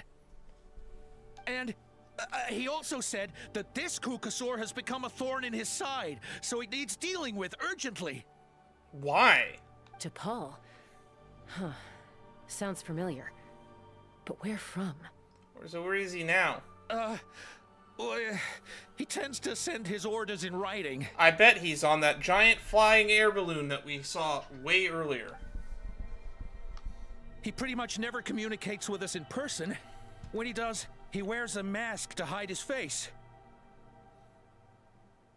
Oh no, why do I get the bad feeling it's gonna turn out he's Cusco? And whenever we trade Kukasaurs for phlogiston wings, we deal with his henchmen. I have a bad feeling about this. Because there's this weird trend in Genshin stories where they make the bad guy the person you meet very early on. All we did was, you know, the Scooby-Doo method. Labels on them and transport them over here to make them look like they're imported. To make it harder to trace their origins. Why does he want you to catch Kugasaurs? I don't know. Honest. He already told us, Aether. Well, that's mighty convenient, huh? What about if I held a gun to your head? Would that change your answer? Maybe, just a little bit. There might be more begging and pleading, but the answer would be the same. I'll tell you everything I know. Torture, fun fact, does not improve the answers you get. T'Pol doesn't tell us much, but he always stresses that he wants them alive. So that gives us some clues. This is just a best guess, of course, but we suspect that the gaseous phlogiston stored in the trackballs is drawn directly from the Kukasaurs. How do you draw phlogiston from a Kukasaur? What? Easy now. You're still injured. Hey, keep talking. Yes, ma'am. So, the gaseous phlogiston has to be highly refined in order to power the phlogiston wings. The slightest imperfection can have disastrous consequences, as you just witnessed. Is that why all the gaseous phlogiston things were all made solid? But the Kukasaurs have a natural ability to process gaseous phlogiston. So, if you use them as an intermediary, then... That's enough. So the Kukasaurs you took, where are they now? T'Pol should have them. But no one knows where he's based, apart from him and his henchmen. I think I know. We've tried looking for it ourselves, even followed them a few times. But we always end up losing track of them. Ooh. Random thought. Maybe they're hiding up in the sky? Guess this means we can't go in the ringleader up yet. And yes, Paimon, same brain cell. T'Pol. T'Pol. I'm sure I've heard that name. Maybe it was... in one of Cusco's stories? Chaska, Traveler. Oh, hi, Alpa. God, you have a magical ability of throwing your voice. I thought you were going to walk off screen. That voice! It's Alpa! How do you manage to sound so close yet be so far? I'll never understand you. Ah. Elder Alpa? What brings you all the way out here? Well, I was patrolling nearby when I heard the sound of an explosion. What's going on? I have a bad feeling that it's gonna turn out you're T'Pol. Let me fill you in. I don't believe it. Elder Alpa, does the name T'Pol T'Pol ring a bell to you? Alpa and T'Pol have a lot of similar letters in them too. Before. Maybe in a list of candidates for the flying trials? Huh? So he's a member of your tribe then? No. If he was a member of the Flower Feather clan, I'd definitely know him. Shall we head back to the tribe and do some investigating? You know who they are. Now that you mention it, I do remember a young man from outside our tribe who came to participate in our flying trials once. You were away on a mission at the time, which is probably why you don't remember him. He was a craftsman from the Children of Echoes, but he'd always dreamed of soaring the skies, so he wanted to join our flying squad. The Children of Echoes? That's rare. But despite his best efforts, he unfortunately failed to pass the trial and gain the Kukasaur's approval. In the end, he went wingless and returned dejected to the Children of Echoes. Wingless, huh? Maybe he invented the phlogiston wings to get revenge on the Kukasaurs. I don't know if he wanted for revenge. Perhaps. Or maybe it's simply his way of dealing with his regrets over his past flying endeavors. Either way, it doesn't excuse his abuse of the Kukasaurs. I'm gonna take these guys back and expose the truth to the tribe. It's time for this conflict to end. To be fair, these jetpacks can still be made without the Kukasaurs. It just sounds like they make it easier to do so. I still think that they could be very useful in the future of the tribe. Easy, Chaska. Remember what I said about keeping a low profile? The ringleader still hasn't shown himself, and this man's allegation about powering the phlogiston wings with Kukasaurs is only speculation. Bringing these men to the tribe now won't win over any current supporters of the phlogiston wings. In fact, it may even escalate the conflict further. True. Man, a lot of level-headed people in the Flower Feather clan. After all, many are mistrustful of the Kukasaurs after recent events. Is that why T'Pol waited until now to try to capture my sister? I don't know. I mean, he did tell us to spread negative rumors about the Kukasaurs and slip some Mora to anyone opposed to them, but... But Koya only attacked humans because they stole her child! Nevertheless, we will be hard-pressed to change people's minds while emotions are running high. Unless we have irrefutable evidence. Maybe they aren't using Kukasaurs to develop the phlogiston wings. Maybe this was just a plot to create a rift between the Kukasaurs and the Flower Feather clan through agitating one of its more volatile Kukasaur members to create them into attacking humans, plus spreading rumors. Yeah, maybe it doesn't even have anything to do with the development. I mean, we need to catch T'Pol himself. Bravo! My thoughts exactly. In the meantime, leave these men with me. I'll escort them back to the tribe. I don't trust you fully anymore, to be honest. I'll take the other members of their crew into custody, too. They won't get another chance to stir up trouble. I'm like 50% sure that you might be T'Pol, though. Fair enough. I guess finding T'Pol is gonna be the key to resolving this conflict. Let's hope the Children of Echoes have some info on him. Man, we gotta go all the way to the Children of Echoes? It feels like they just named somewhere that very, very far away. Sorry. Whatever it is, it'll have to wait till this is all blown over. I have to fix this situation before it spirals out of control. I feel like she's just trying to divert us from following the truth if it is actually her. So it could be Cusco. So, my theory is T'Pol is either Cusco or Alpa or, like, one of Alpa's close friends. I think this Children of Echoes thing might be a... Mom, sis, what's it called? A diversion. Get well soon. I gotta fly.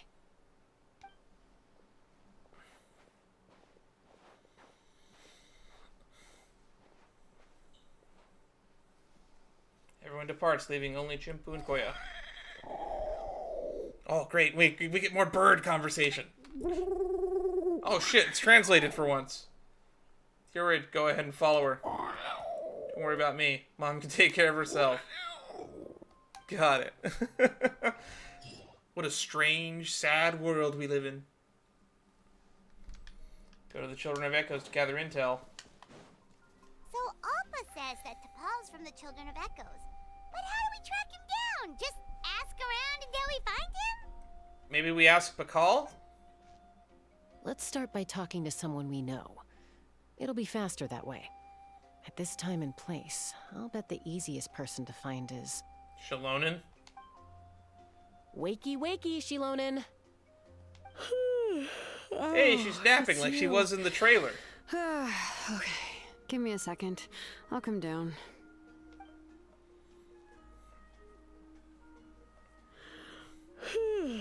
Seems like you two both love climbing trees.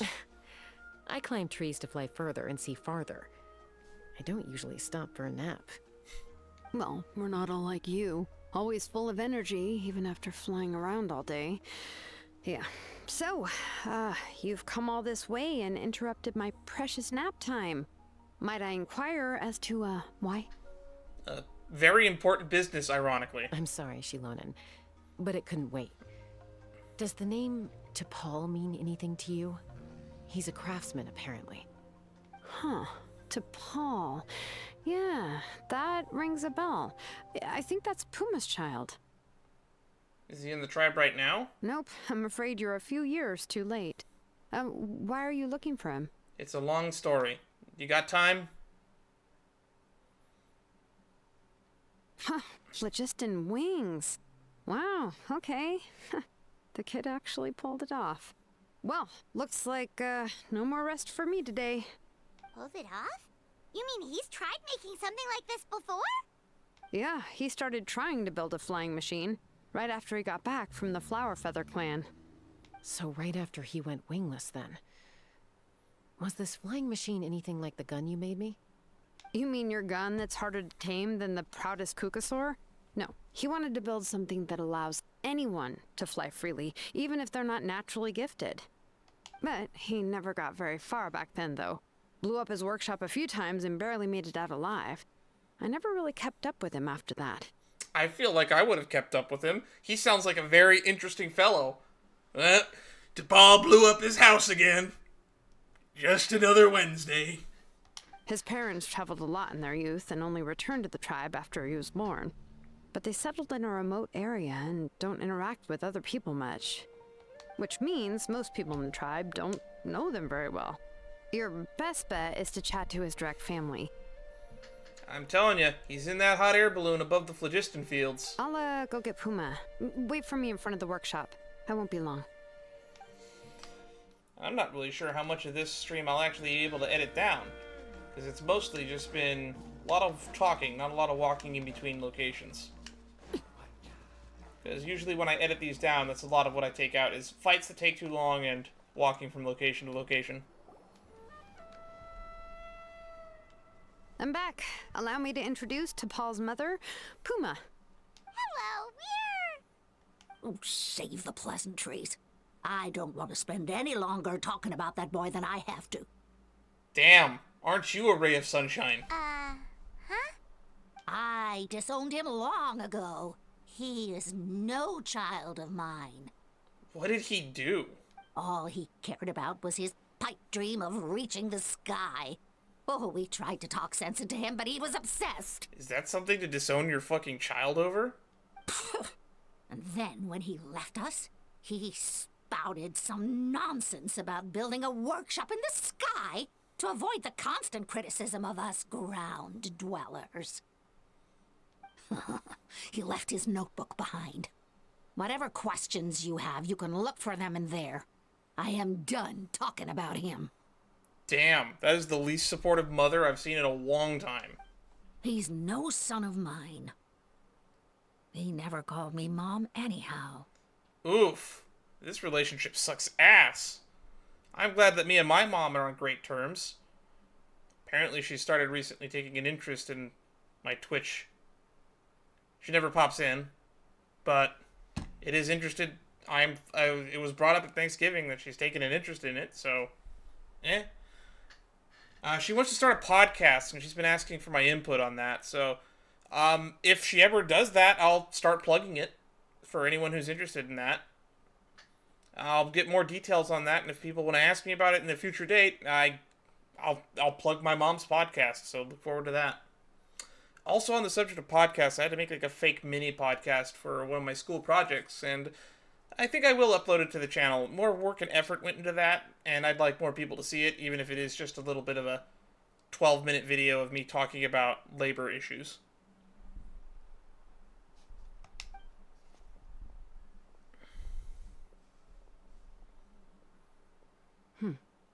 Wow, they've really fallen out. I'm sure wasn't expecting that. Her husband, T'Pol's father, he passed away recently, and T'Pol didn't even bother to show his face at the funeral. Oof. If you ask me, that was probably the final straw for Puma. I'll go keep her company. If there's anything else you need, just come and find me. I hope the dad had a better relationship with T'Pol than the mom did. Thank you. Because that relationship felt toxic. Okay, so this notebook is the only lead we've got now, right? What's in there? T'Pol's tattered notes. Log 97. The experiment was a failure. As expected, the technology of Ochkanatlan, the Cinder City, is not easily replicated. The floating device, bereft of the relic's support, fell quickly as its power output is the issue, or a weight issue. Seems that we'll have to rely on components obtained from Cinder City for the time being. Log number 120. Those blasted British boars, how dare they question my ideals. It's just a few smashed workshops. If I can't even take such a minuscule risk, how could we ever surpass our predecessors? Whatever. The relic remains within my possession. As long as I continue my research, I will be able to make progress. 133. Even Father and Puma refuse to support me now. Put up to it with those Vulgarians in the tribe, I'm sure. So what? What if no one in this world supports me? I have my own ways. It's time to leave this place. My dream is the entire sky itself. Some early designs for the phlogiston wings, and some theorizing about an airborne workshop. Tlalocan, the Cinder City. Looks like that's where he got his technological inspiration from. So, was he serious about the workshop in the sky? But that's such a big project for one person. Do we think he actually pulled it off? Actually, look at the balloon sketch. Haven't we seen that somewhere before? Oh, yes. The one from the trial arena that was super high up. That balloon has been there for a while, and everyone's been wondering how it got up there, but what if that's the wrong question? The balloon is the workshop. What if it started off even higher up, above the clouds and out of view, and it only descended to its current height due to some kind of malfunction? In other words, it could be... T'Pol's workshop? Seems likely. If T'Pol's base had been hiding above the clouds this whole time, that would definitely explain why Isidore couldn't find it. I totally called it! But how do we get up there? Chaska, can you even fly that high? By myself? Possibly. But with a passenger, no chance. I doubt even phlogiston wings could take you up that high. At least, not without that relic T'Pol mentioned in his notebook. Yeah, and he's probably holding on to it. We'll have to find another way. I think we can take a hot air balloon. Nope. That's way beyond Paimon's altitude. Oh, Paimon can't fly that high. Expect Paimon to go up there and take on T'Pol all by herself? Do it. You're the sky-cleaving white iron lavender villain. Let's not worry. Just because we can't think of a solution doesn't mean no one else can. I'm not the only flying expert in my tribe, you know. Oh, good point. We should go ask Elder Alpa. No, we should ask what's his name? Pixley? Pixel? And Mutoda. He was quite the flying ace back in the day, too. Let's head back and see what they suggest. Flying higher than the clouds. Walter and Alpa. Chaska, you're finally back. Things are getting really tense in the tribe. Have you made any headway with your investigation? Some people even think we arrested the merchants just to support the flying squad and crack down on the phlogiston wings. Yeah, that's not a good optical look for y'all. Things are still escalating here, even though we rounded up the merchants. Maybe there are other parties out there fanning the flames too. We found some promising leads, but there's a major obstacle standing between us and the irrefutable evidence we need. The balloon in the sky. A relic from the Cinder City? Oh, looks like the So balloon expert Tlalocan's isn't still even here managing to anymore. sow discord, even after all these years. An airborne workshop and a hot air balloon above the trial arena.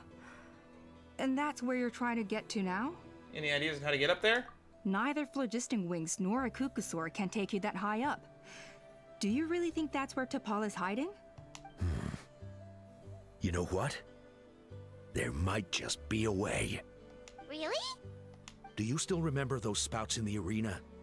When they were all blocked, the gaseous phlogiston was trapped and unable to flow. But now, it's flowing freely. If we were to block them up again... You mean all of them except the one at the very top of the arena? To build up the pressure there? Precisely. With all the gaseous phlogiston flowing through one spout, it would create a high-pressure wind current. Or, you know, we could just take the hot air balloon. And then we just ride it up into the sky!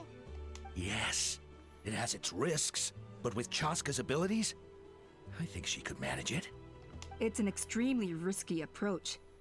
But I agree that it's feasible. It also sounds environmentally damaging.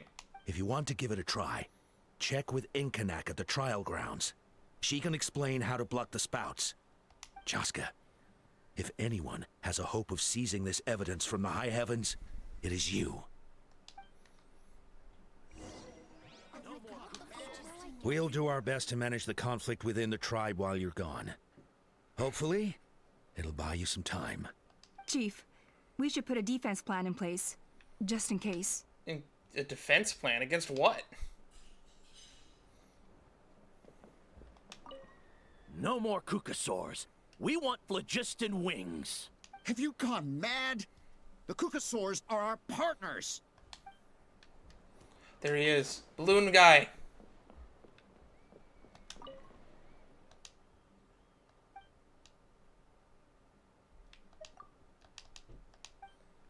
Man, why can't we just go up with a balloon? That seems like so much less work. I thought the balloon maybe sank lower because all the stuff was clogged.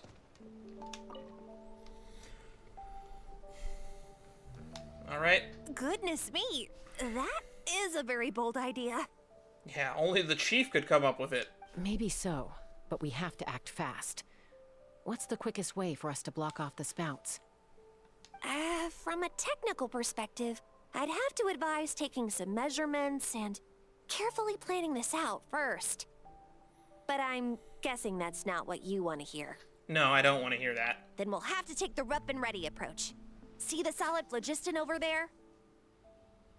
Our prior inspections revealed that some kind of stable structure has formed inside, making it highly damage resistant. It's not without its weak points, but unless they're all struck at the same time, the structural integrity won't be threatened. I think Chaska can handle that. So, what happens if we do strike them all at once? It'll break. It'll collapse. Okay, I see where you're going with this. Yeah, you got it. As long as you hit all the weak spots at once from the right angle, the solid phlogiston will fall right on top of the spout and block it up. You're right about rough and ready. Sounds like my kind of plan. At least they made the puzzle built around Chaska's kit. Provided they give us a Chaska. There's a chunk of solid phlogiston right over that spout!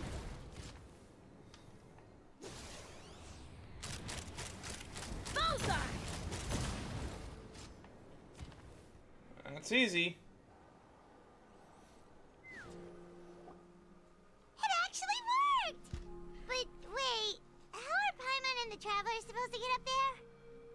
Hot air balloon. Koya can give you a lift. She's actually been following us this whole time.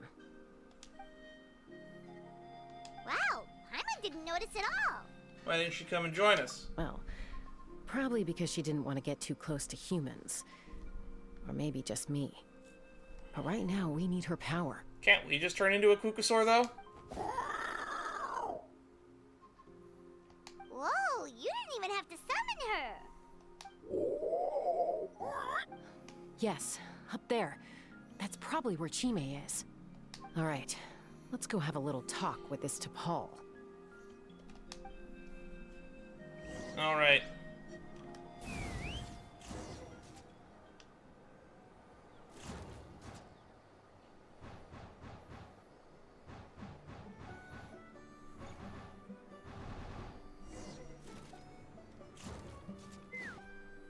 That is a balloon, all right.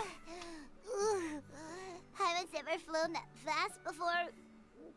She feels so ready to throw up. At least we made it here in one piece. Aha. Just as I thought. It might look like a regular hot air balloon from the outside, but up close, it's clearly been heavily remodeled. And sure enough, it only descended below the cloud line because the custom-built machinery malfunctioned. Can you tell what the issue is? I should be able to figure it out with T'Pol's notebook. Thankfully, I know a little DIY from fixing up my guns when they're having issues. That should just about do it. Now all it needs is a nice hard kick. Why? Maybe that works on your guns, but... I don't want to Fonz it. Huh? We're really moving! Currents high in the sky are extremely turbulent. Chaska brings you back down to the ground safely. So we landed that massive balloon, eh?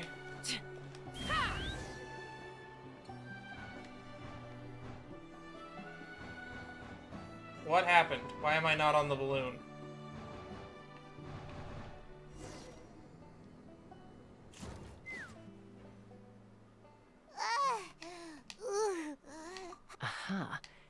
We just Just went as I back in thought. time. And sure enough, it only descend. I should be able to figure it out with DePaul's notebook. That should just about do it. What happened? Why did we go back in time? Maybe that works like, huh? Okay. Second time's the charm, I guess?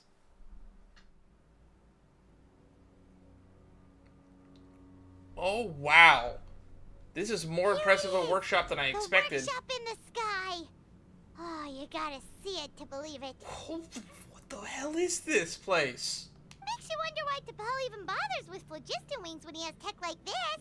Yeah! Well, according to the notebook, the platform beneath us runs on components from the Cinder City. Those can't be mass-produced. Also, I have some doubts say about its that, but mobility I think after that's a seeing lack of how it trying. moved just now. For someone like T'Pol who dreams of flying freely, this definitely doesn't cut it. But if he's got that relic, he should be able to make a set of prototype wings for himself, right? Why bother making a whole flying workshop so he can mass-produce them? If he can come and go freely from this workshop, he's probably already built those prototype wings for himself. But this doesn't add up. If he's already achieved the power of flight, then he must have bigger dreams we don't know about. But what? I think he wants his phlogiston wings to replace the Kukasaurs in the Flower Feathercane's hierarchy. With any luck, we'll find the answers in his workshop. Am I too smart for this game? Is that actually going to be the plot point? Let's fly.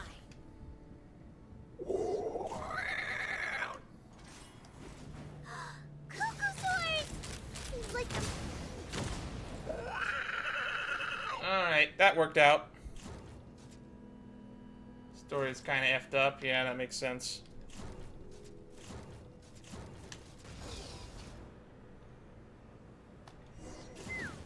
Oh, we out of phlogiston.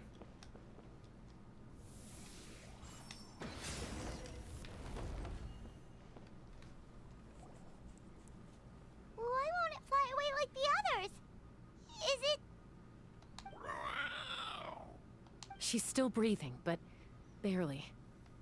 By the looks of it, T'Pol was using these cages to extract phlogiston from the Kukasaurs. How? Once a Kukasaur is drained of phlogiston, it becomes too weak to move. We'll have to come back for these ones after dealing with T'Pol. I mean, I already assumed that it was either Alpa or Cusco. There's another notebook here.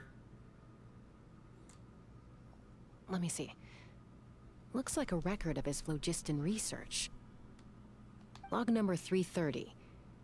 With the support of... I was finally able to launch the airborne workshop. Even though it relies on the relic for 80% of its power supply, I've at least taken the first step. Log number 348. Research on the relic is progressing well.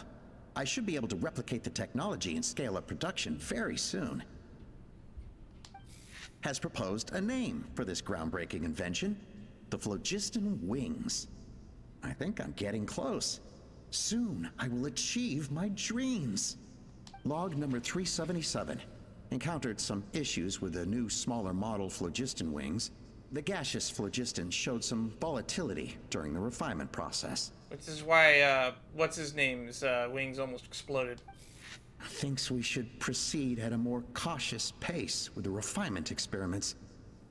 But after so many past failures, I have to prove that I will succeed this time. Log number 114. Ran an experiment using Kukasaurs to refine gaseous phlogiston. It was a success. Log number 117. I have started recruiting merchants and hunters to capture wild Kukasaurs. Log number 121. Major breakthrough in the efficiency of phlogiston yield. Huh? So many parts have been crossed out! Based on the context, it should be someone's name. Yeah, probably the contact he alluded to in his other notebook. Guess he has a benefactor. Did anyone else notice how the numbering system in this notebook suddenly changed halfway through? Yeah, the tone seemed to change a lot too. We haven't got time for textual analysis, I'm afraid. Grab the notebook and let's press on. So you think that T'Pol... This might be T'Pol's son? I don't know. T'Pol might be multiple people. There's a lot of arrows and targets. Huh. Never seen one of these before. Looks like this was built with the Cinder City components, too. You're not thinking of giving it a nice hard kick, are you? No, I'm gonna shoot it.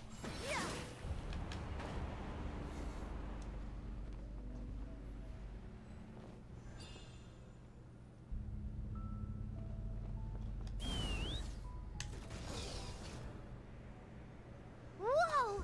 What's that mechanism doing? It's asking for a nice hard kick where it hurts. Aim for the weak spot. I don't think we're aiming for anything.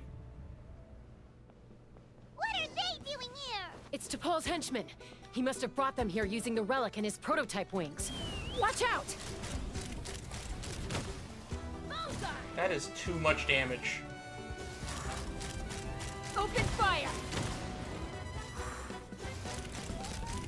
Locked on!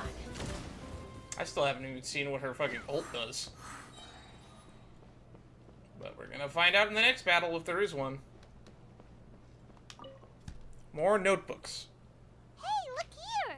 More of T'Pol's notes! Let's hope some useful information is inside.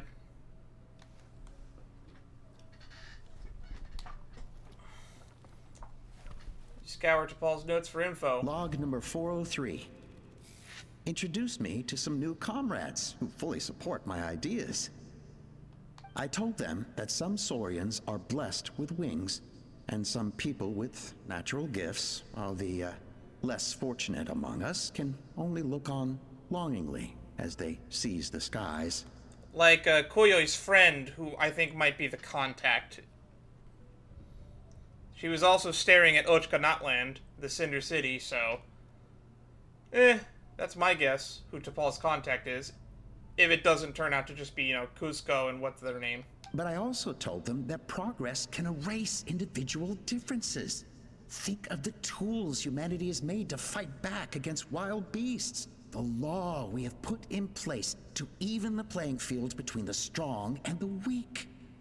I promised them that our research will be the new frontier of human progress. With our phlogiston wings, the power of flight will no longer be for a select few to enjoy. Imagine a world where the skies are for all to share. I only hope that when we finally achieve this goal, we'll be proud of me. Imagine a world where the skies are for all to share. Yes, what a wonderful world that would be. If only it were possible. We could respond faster. And so many tragedies could be prevented. Ah. You said that when you were showing off the wings as well. It is Cusco, isn't it? T'Pol, what about the Saurians you're draining dry of phlogiston? You're not sharing the sky. You're stealing it. Bad move. I won't let you get away with it. To be fair, the process that is being used to extract phlogiston from the Kukasaurs is a natural phenomenon that can be replicated with technology given time. I did mention this earlier. They're speedrunning it. So, theoretically, his dream can still be achieved through ethical means, eventually. I'm fine. Let's keep moving. I don't think we'll find anything else here.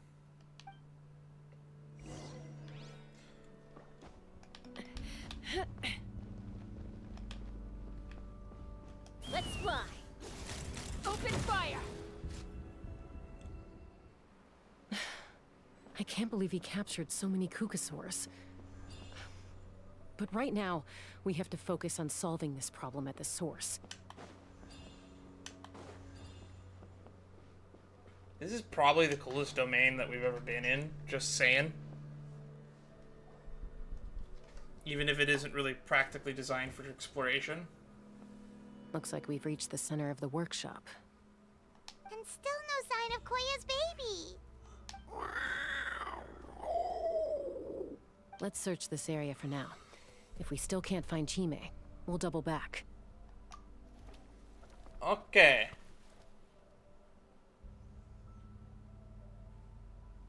More notes?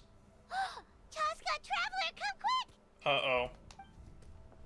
What is it? Did you find Chime? Not yet, but look! It's another one of T'Pol's notebooks! Let's give it a read. Alright. I really like that they're actually voicing the notebooks and not making me read them. Normally they make me read this stuff. We decided to restart the experiments on phlogiston refinement, but without telling. This is the final obstacle to the success of the Phlogiston Wings project. We cannot fall at the last hurdle. Could be Alpa as well. Log number 436. Earlier today, suggested using Kukasaurs as an intermediary to extract refined phlogiston. It's certainly feasible, but... Anyway, as long as our secret experiment succeeds, I'm sure won't bring it up again. Log number 443. We will conduct the experiment tomorrow. Birthday is coming up, so hopefully we'll have a birthday surprise for her. Log number 444. Huh? Why is this log empty? I guess whoever wrote down the log number was prevented from recording the results. More. Let's keep reading. Why would there be more if that log was recorded? 0. We lost many comrades in the accident. Among them are friends, lovers, and children. But we cannot stop now. We will keep their legacy alive and carry their dreams forward. As of today, we are scrapping the artificial refinement method. Instead, we will focus all our efforts on phlogiston extraction from live Kukasaurs. Ah, so they hit a dead end with the artificial method.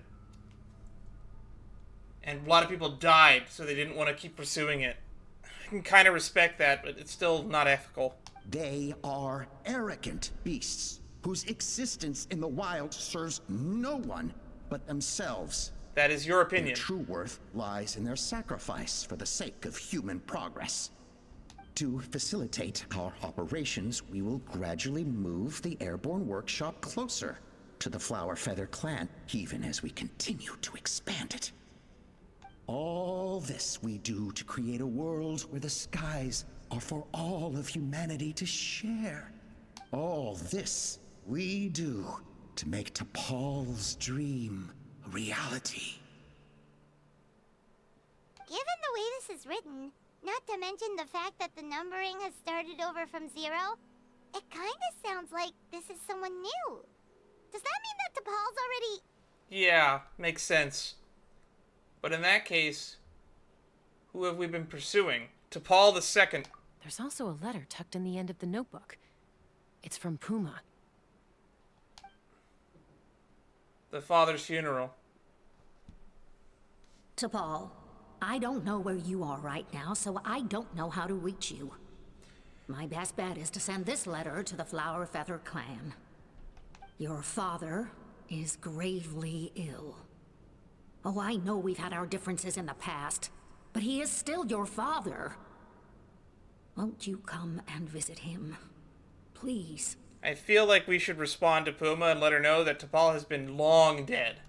I know you never liked him and cared even less for me. All you ever yearned for is the sky.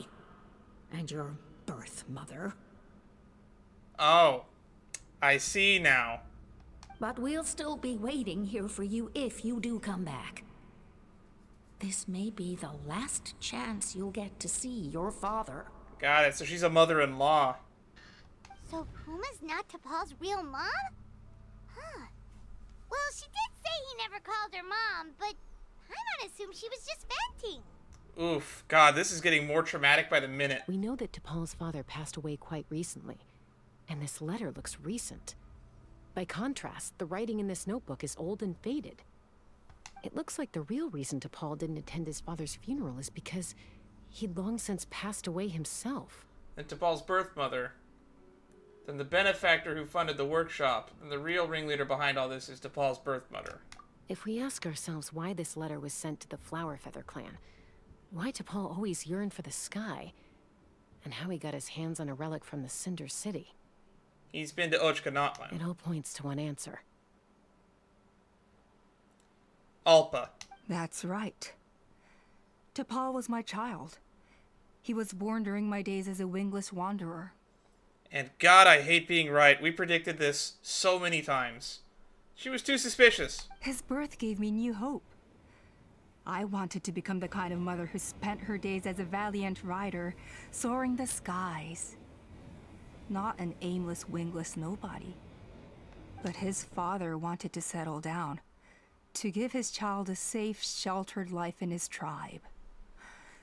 We fought about it constantly, until the love we once had for each other was gone. He started a new family, with another traveler who was also looking to return home. And I went back to the Flower Feather clan. Oh, hang on. I think I have something saved for, just this moment. Alpa, it was you all along. I had no idea that despite being raised among the children of echoes, my child still harbored dreams of the skies. Can you imagine, Chaska? The joy and surprise I felt when he showed up at my door, asking to join the flying trials. Or how proud I was when he said he wanted to prove his own worth, rather than relying on my position as elder. And then the anguish that overcame me when he was rejected by the Cucusaurs and became wingless, just as I had after my injury. You've got a lot of nerve showing your face here. Don't take this the wrong way, Chaska. I'm not here for a fight. I just want to talk. Isn't that your preferred way to resolve things? I trust you've learned of T'Pol's wish on your way here. A world where the skies are for all of humanity to share.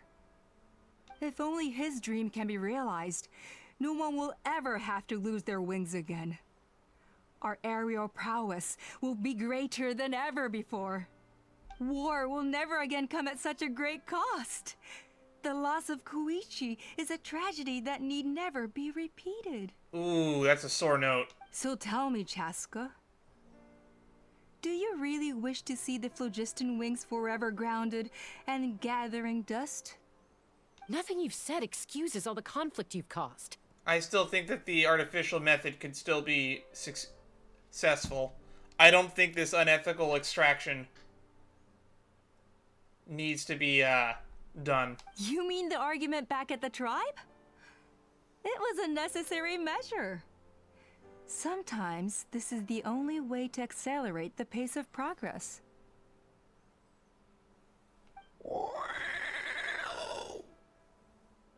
Is a mother harming her children when she coaxes them into swallowing a bitter pill? Of course not. It is a brief moment of suffering for the greater good, and the child would come to understand this in due course. And remember that she's the one that escorted the merchants back to the tribe, so they'll probably escape and lose. The phlogiston wings are that bitter pill. We will never progress as a tribe if we cling to the scraps the Cucusaurs offer us. Once the people have embraced the phlogiston wings, they will never look back. Even if they learn how the refined phlogiston is sourced. They will convince themselves that the sacrifice of a few Cucusaurs is a small price to pay for our dominion over the skies. But this I had not anticipated. I barely had the chance to introduce the phlogiston wings to the tribe before you found this place. Your plan was hardly foolproof. Yet, it can still be salvaged. Chaska, traveler, you are the hope of humanity. I'm sure you have your doubts about my methods. I do. But know that my love for humanity and for Natlan is genuine. The price of progress. You know me, Chaska. And you know that I've always treated everyone in the Flower Feather clan as my own children. As fellow humans. Surely you can understand my perspective. It's definitely food for thought.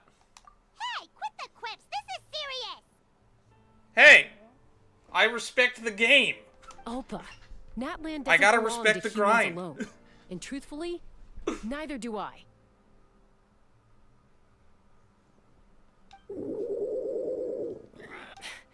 How many times has the Abyss invaded Natlan now? And yet despite how much stronger it is than us, Natlan still stands as a nation of humans and Saurians.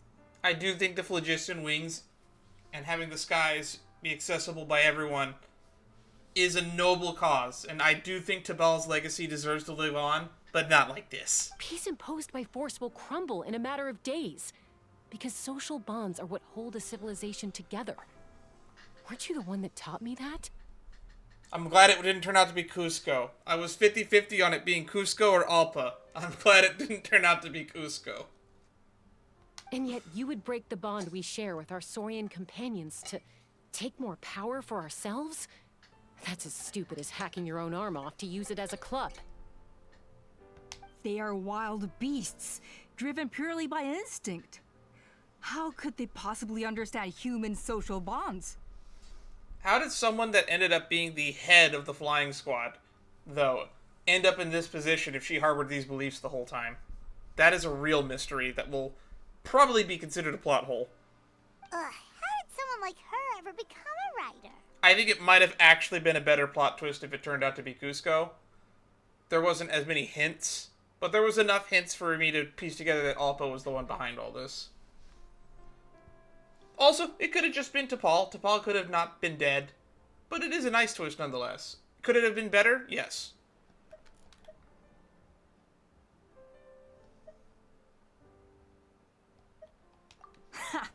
You overestimate them. They bow to the strong and shun the weak. That's all there is to it. They never gave T'Pol a second glance when he was at his lowest, nor me when I returned injured from the Cinder City. It's all about survival of the fittest for them. So why do they listen to you now? Plain and simple. They obeyed me once I proved myself stronger than them, but the moment it serves them better, they'll abandon me in a heartbeat. You're wrong, Alpa. They only reject the Wingless because they don't want to fly anyone to their death. Chaska, I will promise you this. Only the unruliest wild cucosaurs will be used for phlogiston extraction. The ones who have nothing else to offer to humanity. Well, that's too bad. Because I know a few unruly wild cucosaurs who don't think that idea is gonna fly. Namely my mom, my sister, and me. I'm neutral. I'm against it too. But I still think the phlogiston wings are a worthy pursuit. I just think you need to find a more ethical refinement practice for the phlogiston. And the others? To us, they're friends, family, even children. So if you want to put any of them in one of your cages, you're gonna have to go through us. Is that right? I knew you might be difficult to convince. Maybe this will change your mind. Alright, here we go. Display the hostage.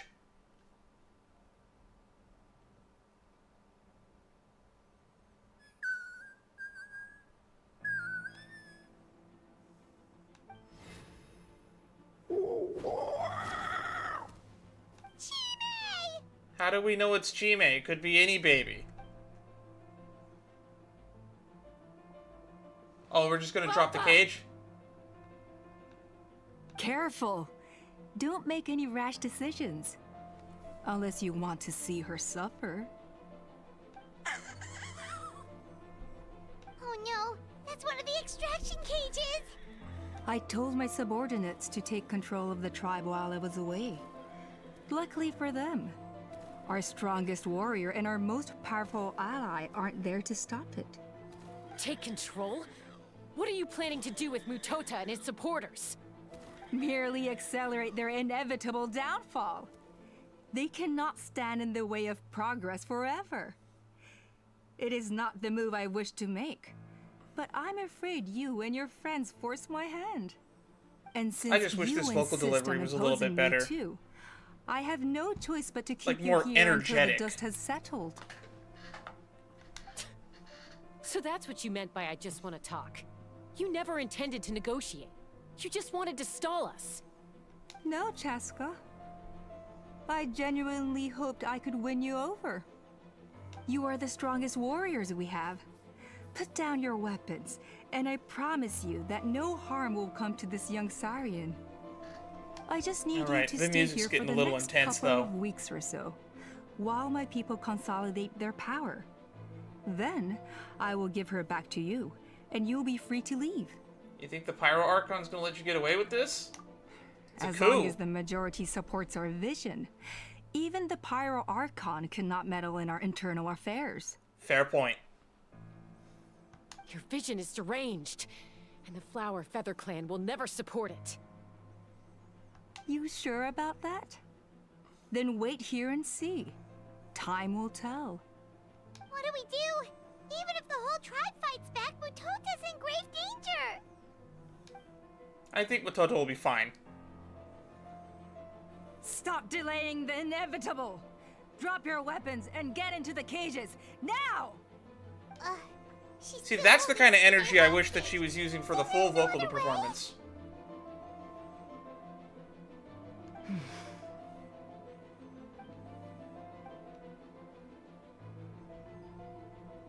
Ooh, something's happening. Might have to do something unmotherly. Uh-oh. Oh, she's gonna kill Alpa, isn't she? I don't want to be a burden. What kind of warrior would it make me? Koya? Huh? What are you yapping about? Stand down. Drop your weapons, now!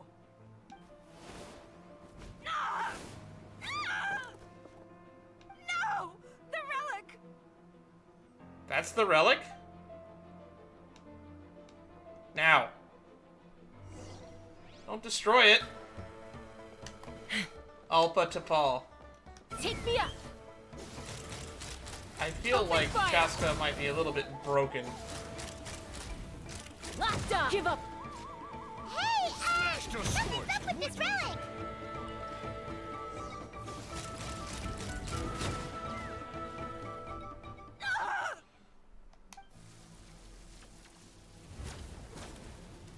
That's not good.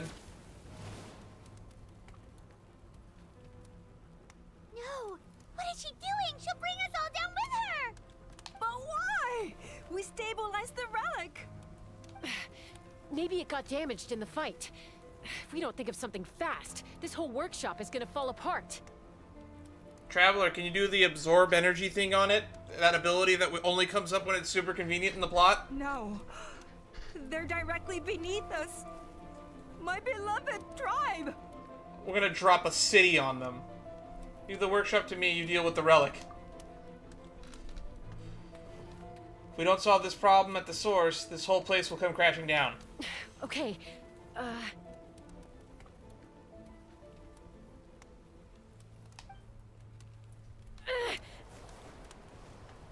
It's too powerful. This ain't a toy like last time. I don't think I can just throw it aside. But we need to get it far away before it explodes. Then the tribe will be safe, and so will this workshop. Koya, remember when we were kids? Come on, let's take this thing high up into the sky. What a waste of perfect technology. Ancient technology. Don't worry. I know I can get rid of it before it explodes. We're talking. All I need is for you to catch me at the end. Just like old times.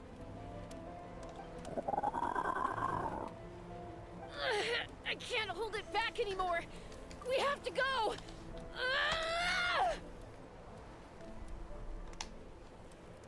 Alright, let's just drop that into my folder. Don't be insane! Alpa attacks Chaska from behind while the relic is going wild. Alpa! What are you... You're a fool, Chaska! Why would you choose such a risky solution? We cannot entrust the safety of our tribe to this wild Saurian! I'm the fool. You really think you can stand a better chance than me? Uh-oh, she's losing it. Sure. It may be asking too much for an ex-Wingless to escape the blast radius in time. But I can fly it a safe distance away, even if it's the last thing I do. She's gonna sacrifice herself to save the Flower Feather Clan.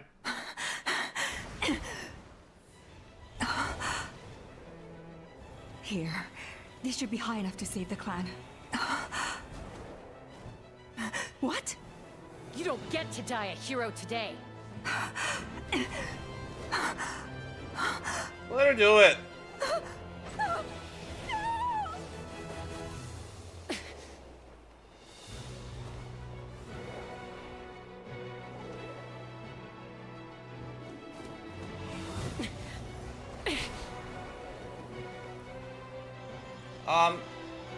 I wonder if we could study it more if we knew how to make it not explode. Oh, why did you fly down to it to just throw it again?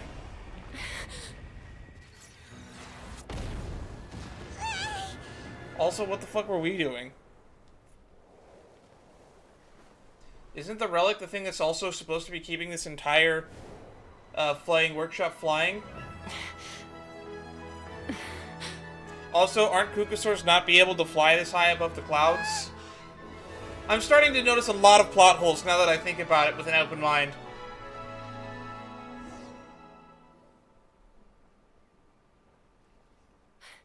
Koya, are you hurt? Let me take a look at you. What do you mean, I'm fine? Didn't I tell you to catch me on your back? Why did you try to shield me from the blast? Accident? Yeah, right. Seriously, you're as stubborn as ever. Chaska, Koya! How are things looking here? All taken care of. All it took was a little DIY. Ah. That is definitely DIY. I think that's putting it mildly. I really like you, Chaska. I owe you one. Again.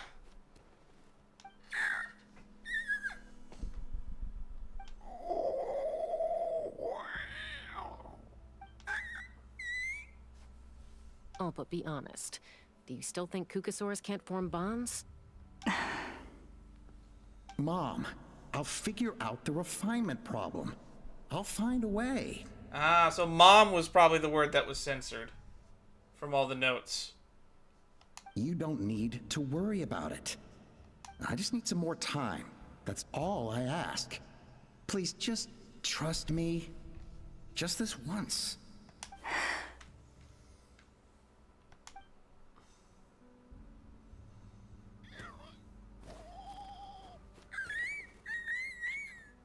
Baby Kukasaurs are cute. I just realized that they actually look like flower feathers, and that's where the clan gets its name from. I feel dumb.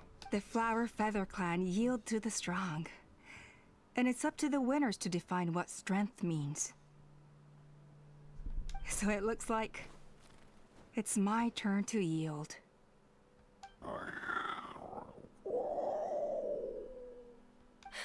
Koya! Koya!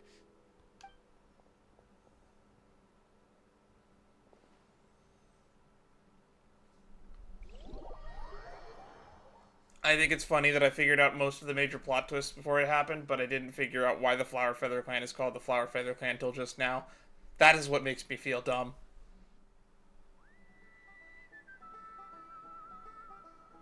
So, you're absolutely sure it's not because of the explosion? Yes, for the 10,000th time, I'm sure. The blast barely touched her. The reason she fainted was old injuries playing up, compounded by overexertion in recent days. Yeah, remember, she's been shot with arrows, just like a day ago. The moment she finally relaxed, all the built-up stress finally caught up with her. And no wonder. Honestly, she's just like you. Anyway, now you know how we feel when you go off risking life and limb. Your mother and I would both appreciate it if you lived less dangerously. You know she wrote to me from the Masters of the Night Wind, just to scold me for not doing enough to keep an eye on you. If she wasn't so busy with work, you can bet she'd come back here and chew us both out in person. Ooh, I wonder if we'll ever get to meet Chaska's other mom. I'll find an opportunity to apologize to her. I promise.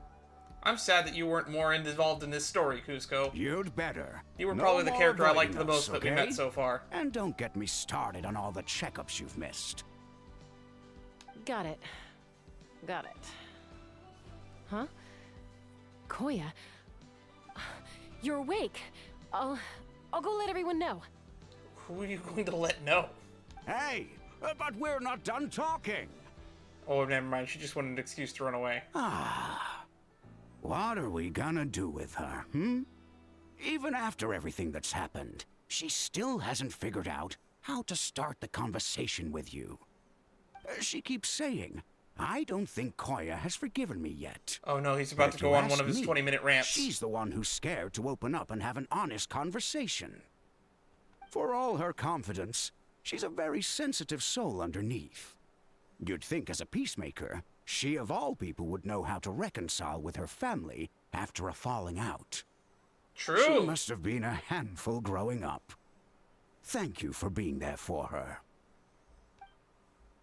These two getting to have a conversation is also really sweet. And of course, thank you for keeping her safe when you were up there in the sky. Koya, Uncle Kuzco, we're here! Seriously. Ha! I was just telling her that she's not to go chasing danger with Chaska ever again. Kuzco, you're the best. Kuzco, I understand how you must feel. But it's all thanks to Koya and Chaska's efforts that the airborne workshop didn't come crashing down on our heads. Oh, Paimon almost forgot to ask. They didn't hurt you while we were gone, did they? Thankfully, when her co-conspirators tried to arrest me, I was out coaching Koya and Junan. The two of them were a huge help. They took care of things while I went around rallying the resistance. So, in the end, Alpa's would-be revolt didn't really get off the ground. Dan, that's what we call bad timing. And as it turns out, not all of the Wingless want to see our dear Saurian friends replaced with phlogiston-powered gizmos. I'm so sorry you got mixed up in this, by the way. We should have caught on to Alpa's scheme sooner. We could have saved so many Kukasaurs from getting hurt. Most of the airborne workshop has now been dismantled. We've just left one small, harmless part intact, and repurposed it as a jail for Alpa and her cronies. Why? Let's see how they like being locked up in a sky prison.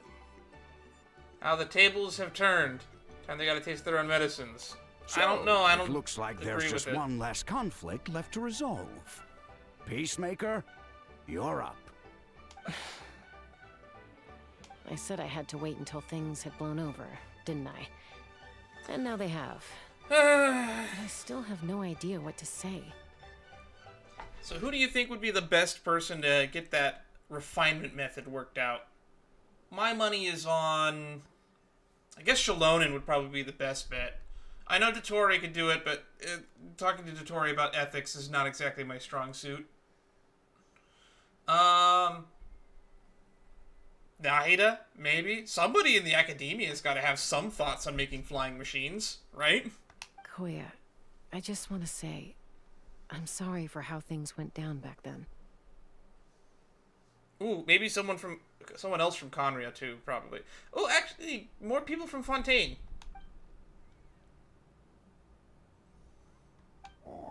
Did we meet any, like, mechanics from Fontaine?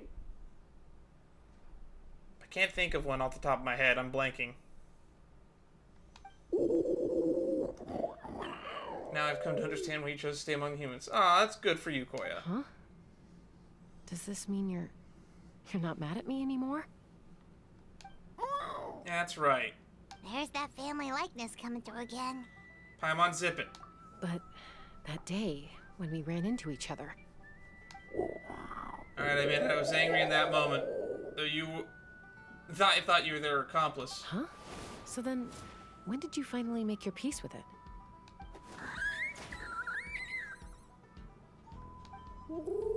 Slow down, kid.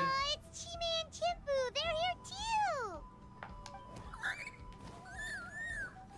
Mom's okay. Probably when you had a kid of your own. Your kid's gonna have to fly the nest too someday. It's a lesson you could have learned then. Guess it was when my turn to embrace a new family of my own. This seems like a good heartwarming fight to end it. Oh, we're doing the slow-mo jump thing! Guns and wings. This is just a little bit under 3 hours.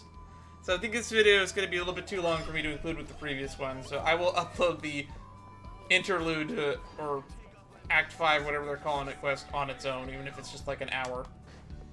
Oh well. I wonder if we could talk to any of the NPCs. Also, someone should send Puma a letter that DePaul has been dead for years.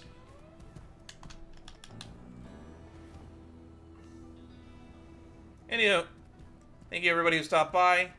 We'll be doing more streams in the future.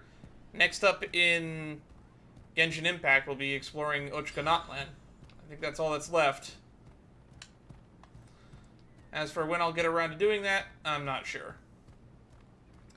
The next stream that I do plan on doing will actually be,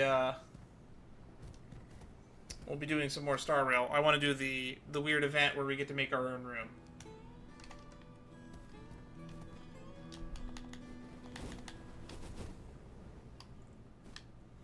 Until next time, bye-bye.